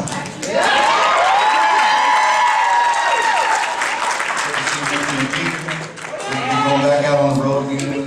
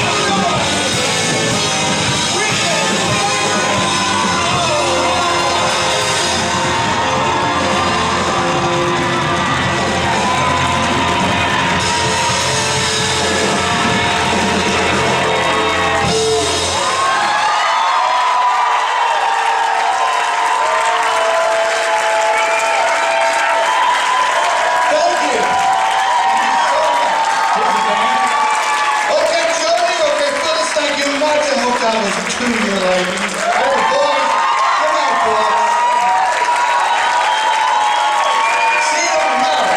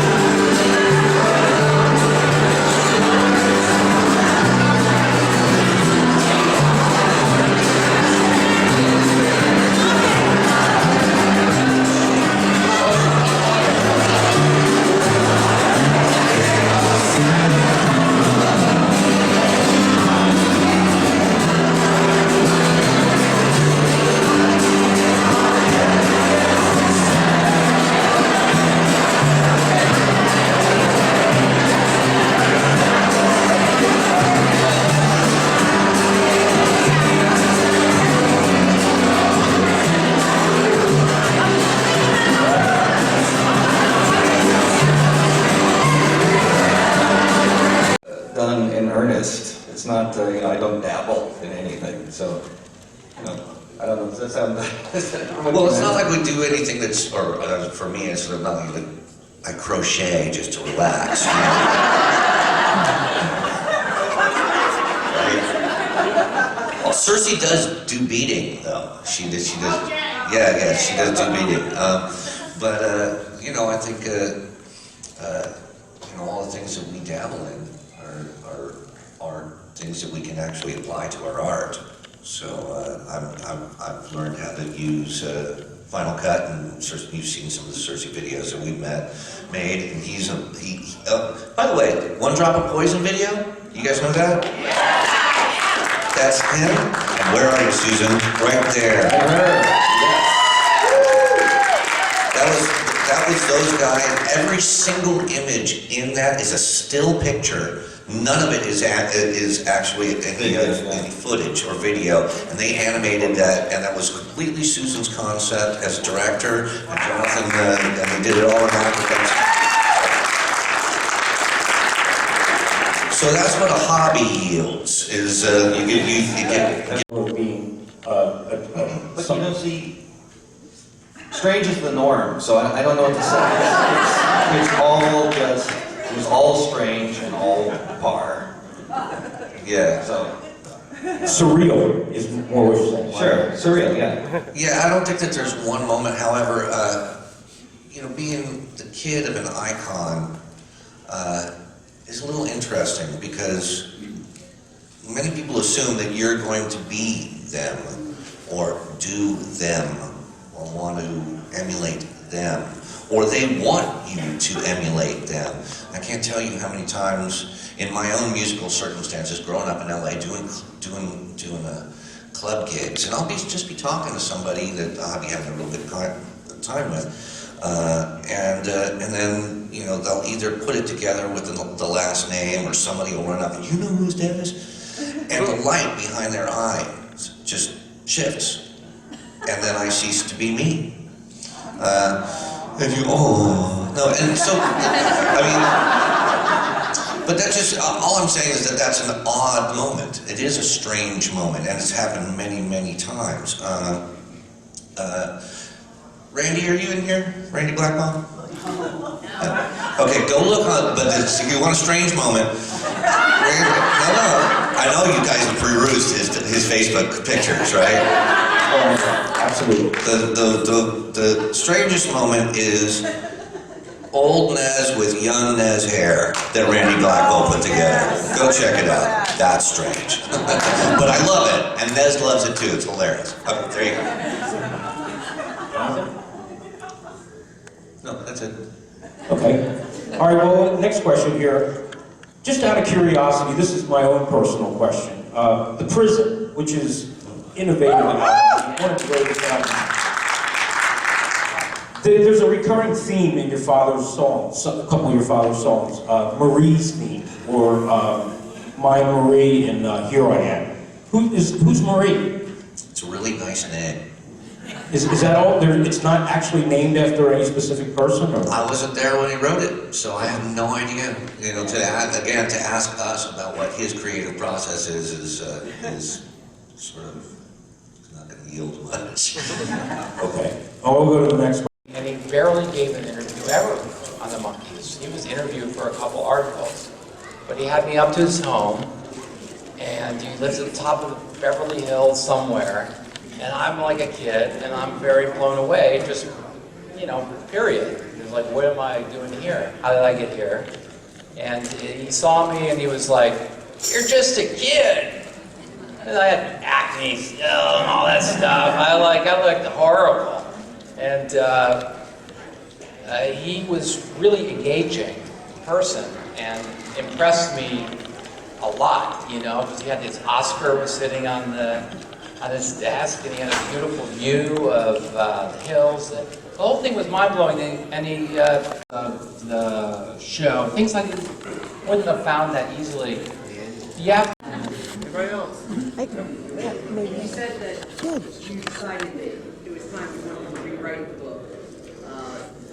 What kind of things about it did you want to revisit and you want to correct any research? Yeah. Did you just feel like, oh, How would the factual errors? Yeah, no, why did I rewrite the book? Well, first, that's nobody. Anybody else? Oh, go ahead. You said that this was the Monkees.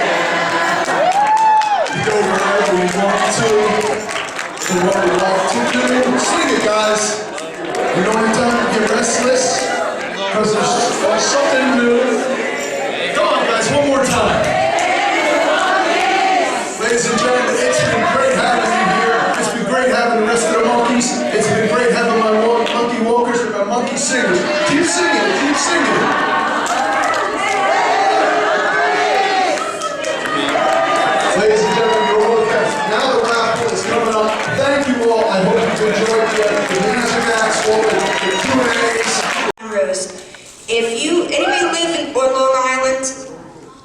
Really? Good for all the rest rest of you. All of you wanted us to get Nez, right? We couldn't have done that without him backing this. The story that I've been telling everybody on Facebook about this gentleman is that he had, on Christmas Day, an arsonist blew up his shopping center. And never one time did he ever say to me, I cannot give you and Phyllis the money to be able to do this.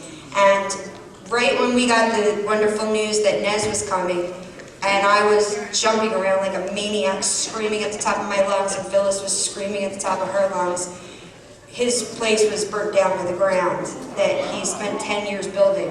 So, if you ever in the Long Island area, I want you to look up on Facebook, Cella Bagels, Jazz Audio. This is John Rose, and we owe him a great deal in getting Nez here for you guys.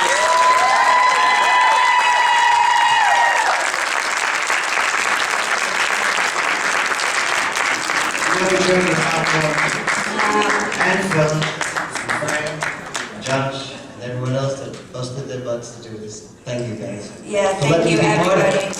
Everybody, all the bands, all the talented people, and all of you that are supporting the kids. All of these kids are very talented. We watch them all grow up, and they're all very talented. Are you done yet? I had the honor of being invited by Davy Jones to his house to work on his Mutant Monkees book. I had the pleasure of introducing Mickey, Davy, and Peter at the '86 convention, and the greatest experience of meeting all 4 Monkees at the Hollywood Walk of Fame ceremony in '89, and he made my photo. The A and the B sides from MGM and Roma, kind of the same label with different names. I think there's 10 tracks if you include the Starship songs, which you may or may not be on. But, and it's kind of been my ambition to get those legitimately released. They're out there if you want to download them, but it'd be nice to have a physical format. And I'm again, sending from the BBC email, it opens doors. I mean, I'm talking to Universal, and for the first time, as far as I'm aware, Universal have actually looked in their files and said, oh yeah, we own these. They passed me around, they said we don't know them, we don't know anything about this. I finally got in touch with someone and said, oh yeah, we've got these.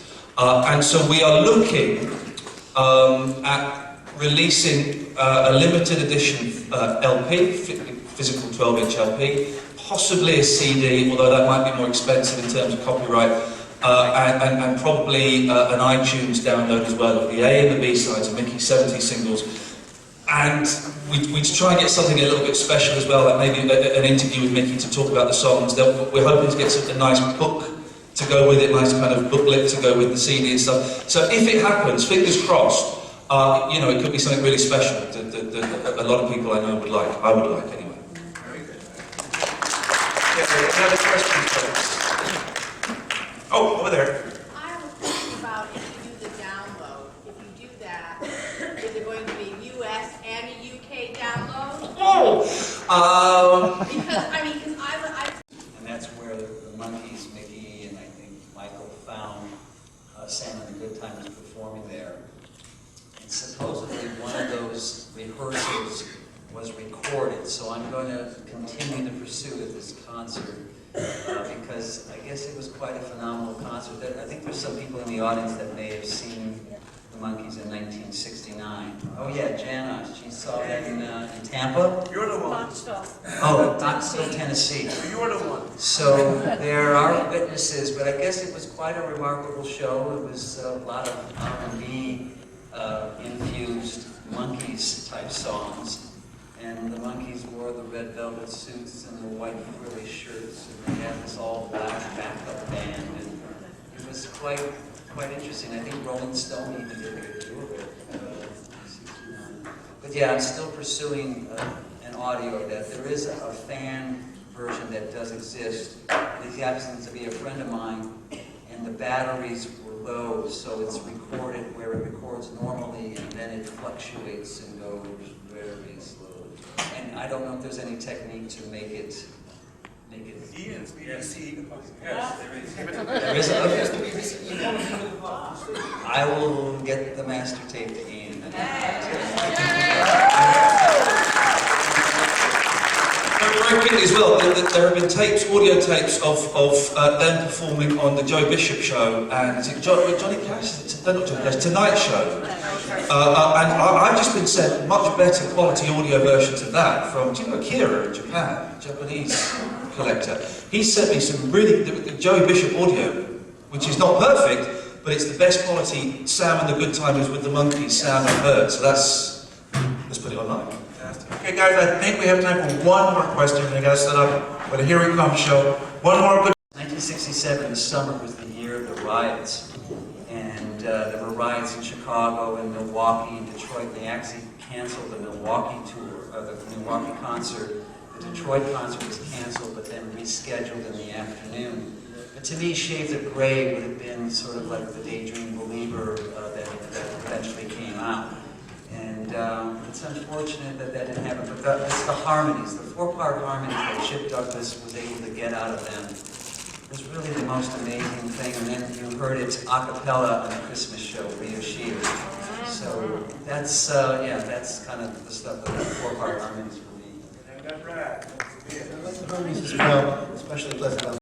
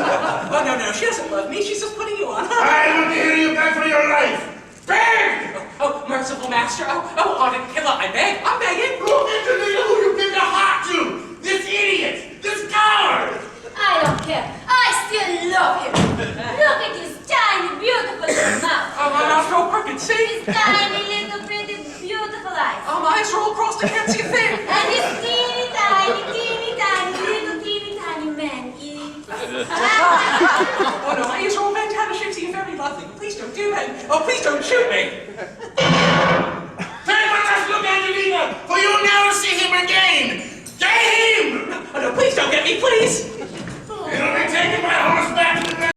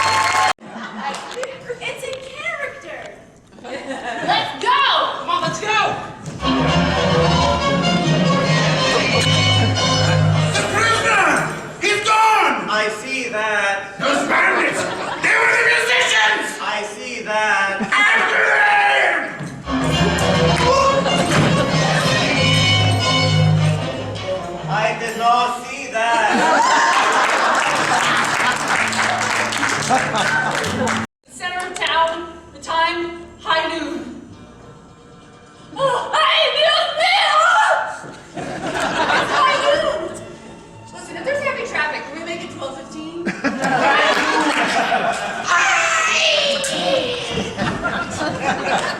Look, man, you've been challenged. What are you gonna do? What am I gonna do? Mickey Dolan's in a challenge. What do you think I'll do? You're gonna split. Right. Please, if you go, he will punish the entire town. Maybe if I don't leave, he's gonna punish my entire body! Our only hope is you, Monkees. LBL has been pushing people around in this town for far too long. I don't like that guy. I don't like him at all. I don't like him that much.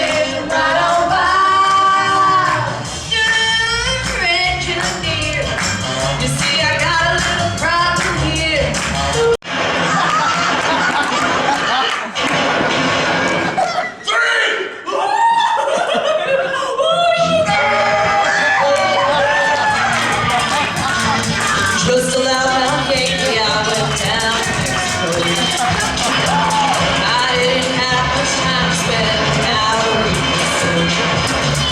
There I lightly took advantage of a girl who loved me so. But I found myself thinking that the time had come to go.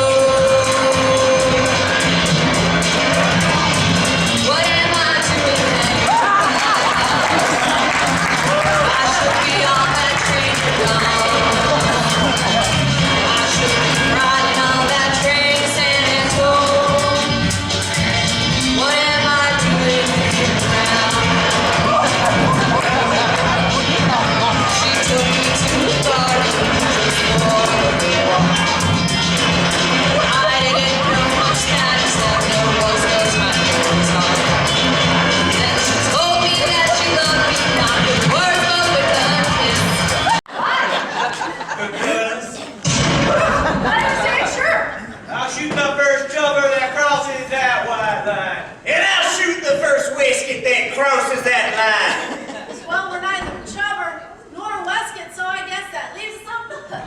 We both hate strangers. Well, I guess that puts us back on the hook. On the line. Davey, follow the white line all the way to the end and find some help. But I'll never see you again. Yes, you will. How come? Well, if it's a straight line that goes all the way around the world and comes back here to the same point, back to the other side. Yeah, that's right. You better stay stepping on that white line. That little fella better stay on that white line. Somebody please help me. You're beautiful. I love you. It'll kill me. Well, if my boyfriend finds out we've been sparking, he's gonna kill you anyway. Oh, man, rest in peace. And if my dad gets found out, He'd say, welcome to the family, son. Hell, it may look like you got yourself a man. I think he's lucky going. You is stranger. Me is? Oh, no. This is whole big big. Something seconds like big. I'm so sorry, but it's all just a big mistake. So was kissing my LMA. Oh, I'm too young to die, and I'm too young to get married. I'll put that on your tombstone. LMA, hi, Tonight. you look pretty like the sunshine over the meadow. You smell as fresh as the summer corn. You look like my grandma.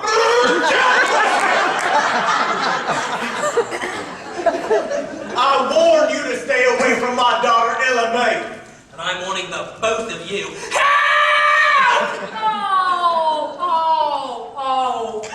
Now. Oh. Cease and desist, friends and neighbors. Do not fight at each other in anger. Lay down your arms. Or pick up your arms and fight for what's yours. Run for cover! Run for cover! Run for cover! Mama, there you come. No, but enough for one. Let's dance on. Oh, baby, come on. Let's dance.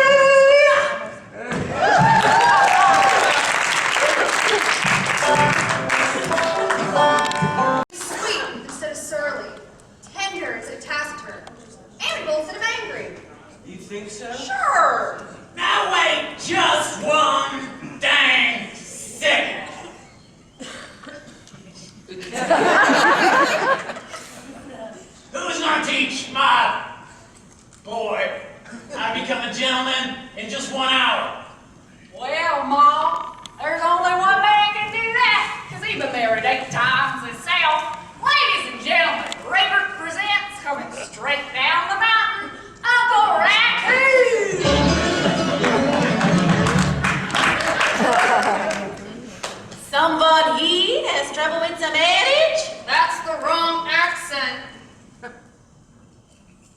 Someone here have trouble with the marriage? You know about marriage? I sure do. This here is a picture of my present wife. That there's a bear. Oh, that's my girlfriend. This here's a picture of my present wife. That there's a coyote. Well, it gets lonesome in the hills. Ellen, tell me, who do you love best out of all the boys? Well, I guess I love Judd best. Well, that's what I thought. He's just so strong and kind and manly. Ellen, babe, you still have time. Why don't you just live with Joe? Because I told her Jed was dirty, dumb, and violent. Everybody's his problems, you know? Used to be before.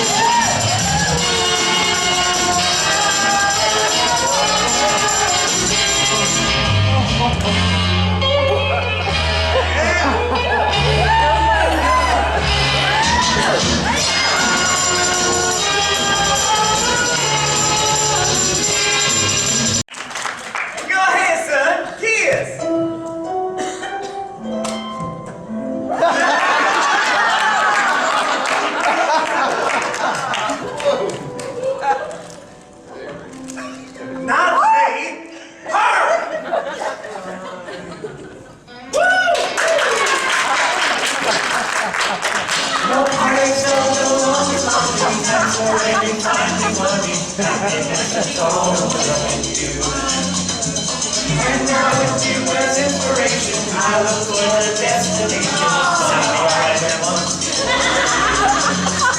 I had no more than I did before, but now I've got all that I need. For I love you and I know you love me. So take my hand, I'll start my journey free from all.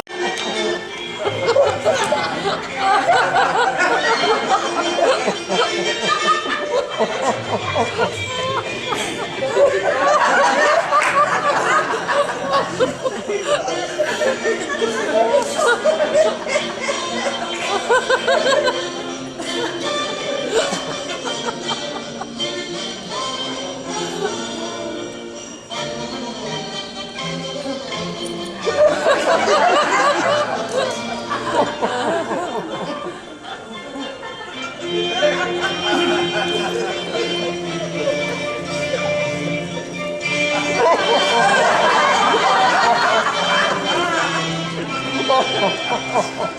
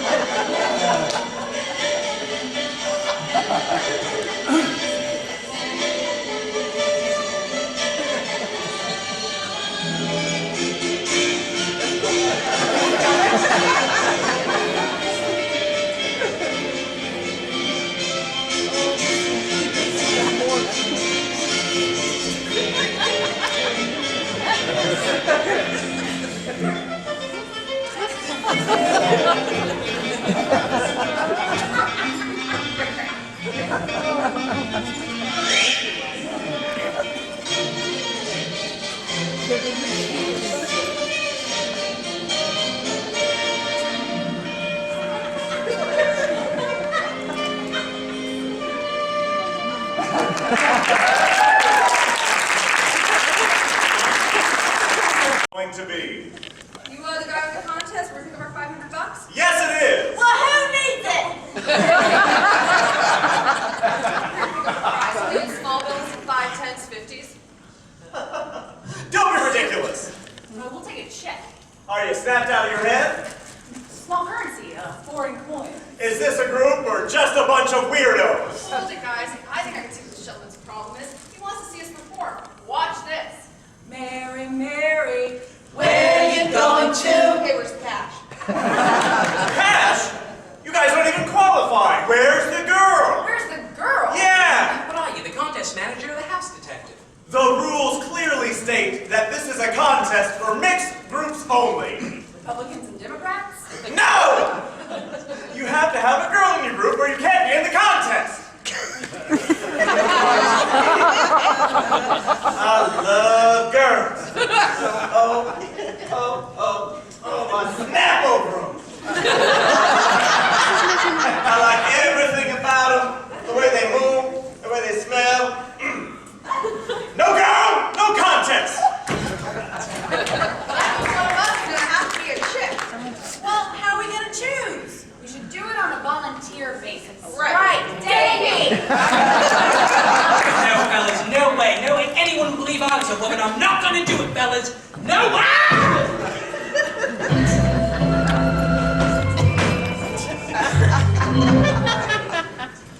Hey, honey, what are you doing for dinner?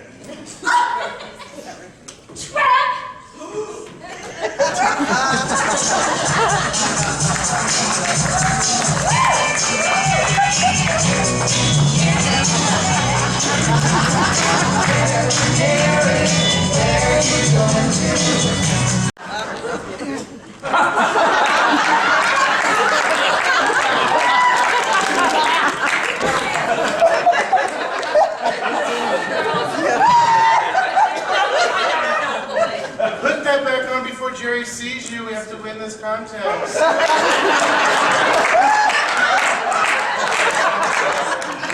Remember, act like a guy. Yeah. Let's do it, girls.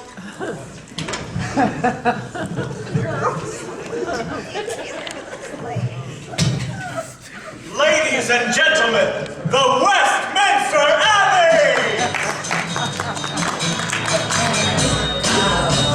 Here comes tomorrow, that's when I have to choose. It's like tomorrow, someone every it's like every sunrise.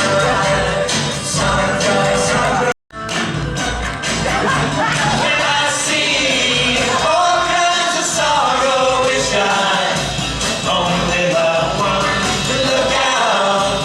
Here comes tomorrow, oh how I wish tomorrow would never come.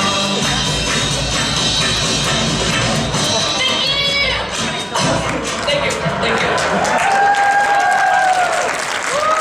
I'm like a stepping stone.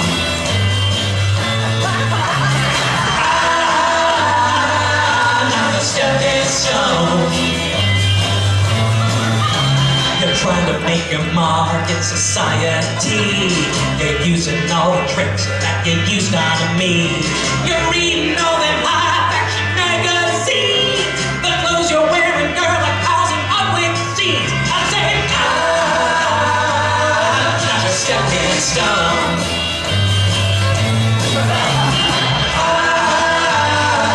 I'm not a stepping stone.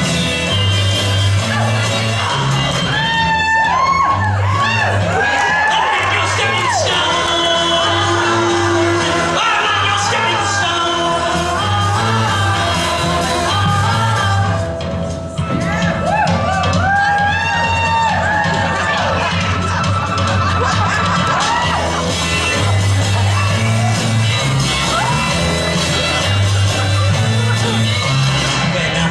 your girl, you didn't have no shoes.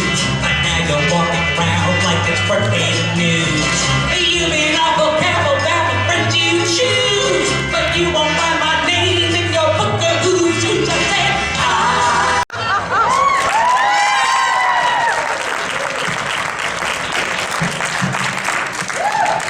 That was the Monkees. 3 dudes and 1 amazing chick. Now let's see how they did on the applause meter.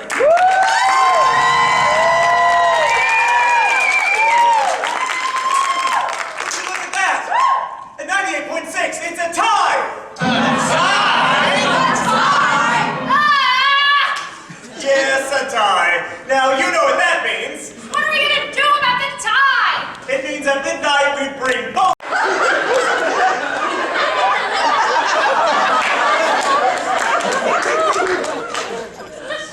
Man, I'm hungry. We should go to dinner. Yeah, Davey, grab your purse and let's go. You know, if I dressed like a woman, I'd rather stay in this dressing room. Well, then can we get you anything? Tuna fish sandwich. Okay, 1 tuna fish sandwich. Tuna fish sandwich coming right up. What a life. What have we done? I don't know. It's terribly wrong. I think I know how to fix it. Let's go.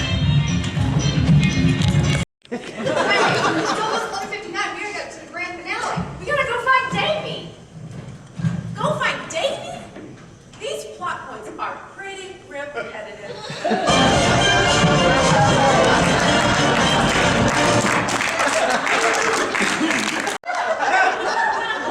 And this contest.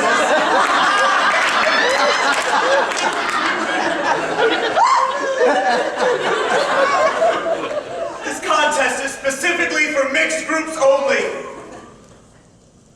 You're disqualified. But we are a mixed group. Oh, you're not a mixed group. Watch this. Hey, chicks, my heart's amended. Time for a great big finale. A local rock group down the street is trying hard to learn their song.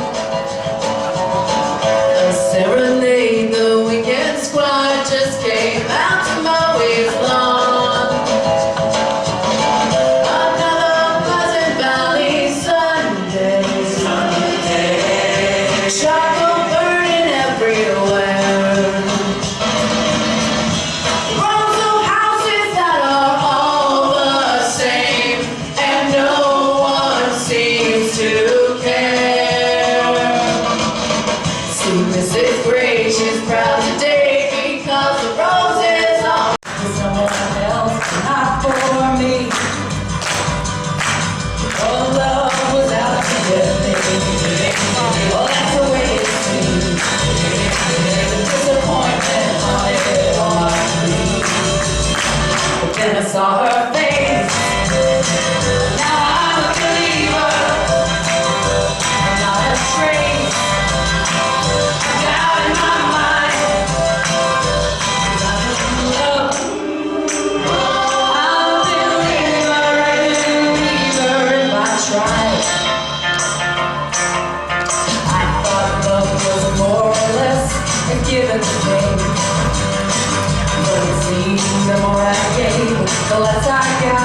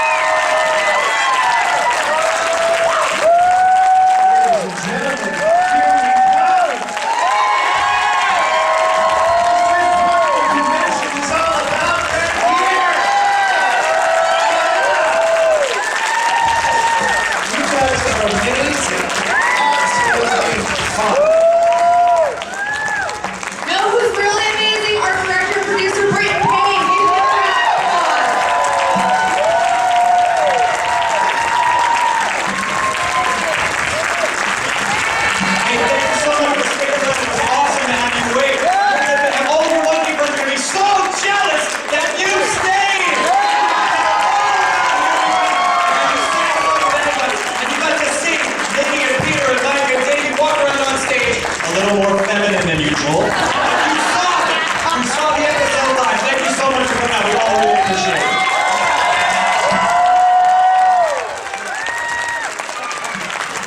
Give it up for him. Here we come, everybody.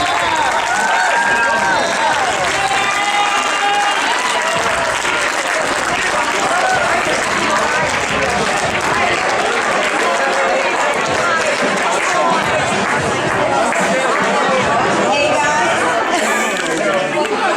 Rhino Records forgot to bring the screening of Head for us. So if you guys are tired and we're tired, we would love to be able to say goodnight to everybody. Thank all of you for coming. Thank you for following us. Keep on following us. It means a lot to us to have you here. Dave Alexander.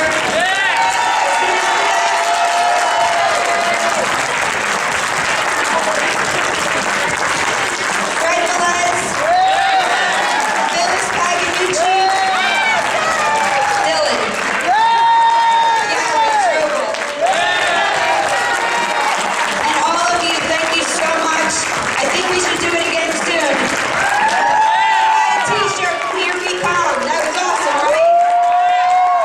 Have a safe trip home, and we'll see you soon. Thank you, Jody Ritson and Phyllis Baganucci. We'll see you soon, hopefully. Good day, everybody. Thanks for coming. And thank you to John and John on sound and lights and everything. You were perfect all weekend. Thank you so much. We'll see you soon.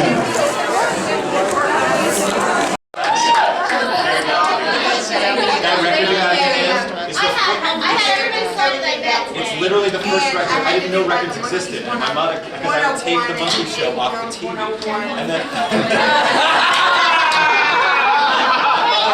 my father got it for me. And I was so excited because I didn't know you could buy music. And I opened it up and it said Blue Walls. It was a misprint on the label. So wanting to be a good boy, I was like, I love you. But I was heartbroken. It turns out it was right away. beginning of life. Are you serious? Peter's bathroom security signed this. Oh, and there's a story behind everything.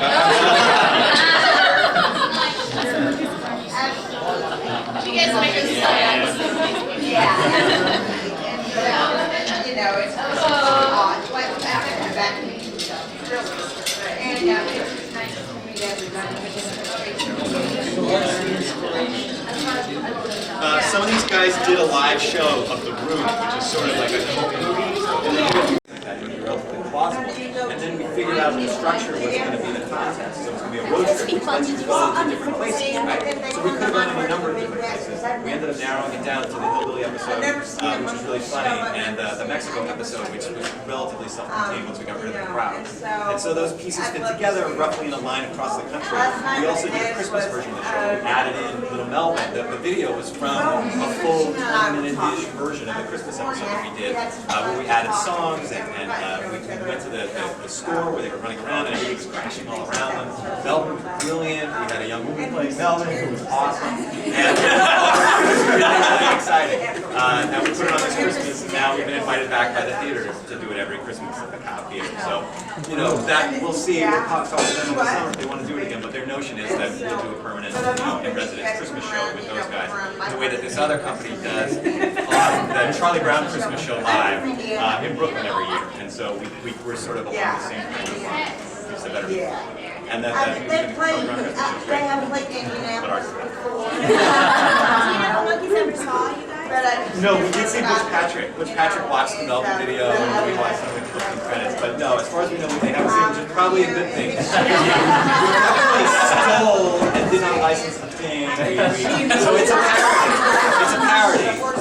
And it's a parody. But yeah, we figure one of these days someone's going to come down with the hammer. So we just want to do the show as many times as we can until it's over. I'm sure the licensing will be really difficult because we do so many things with the video, singing, and stuff like that. Thank you guys so much. We got to get these guys out of their dressings, for example. Thank you.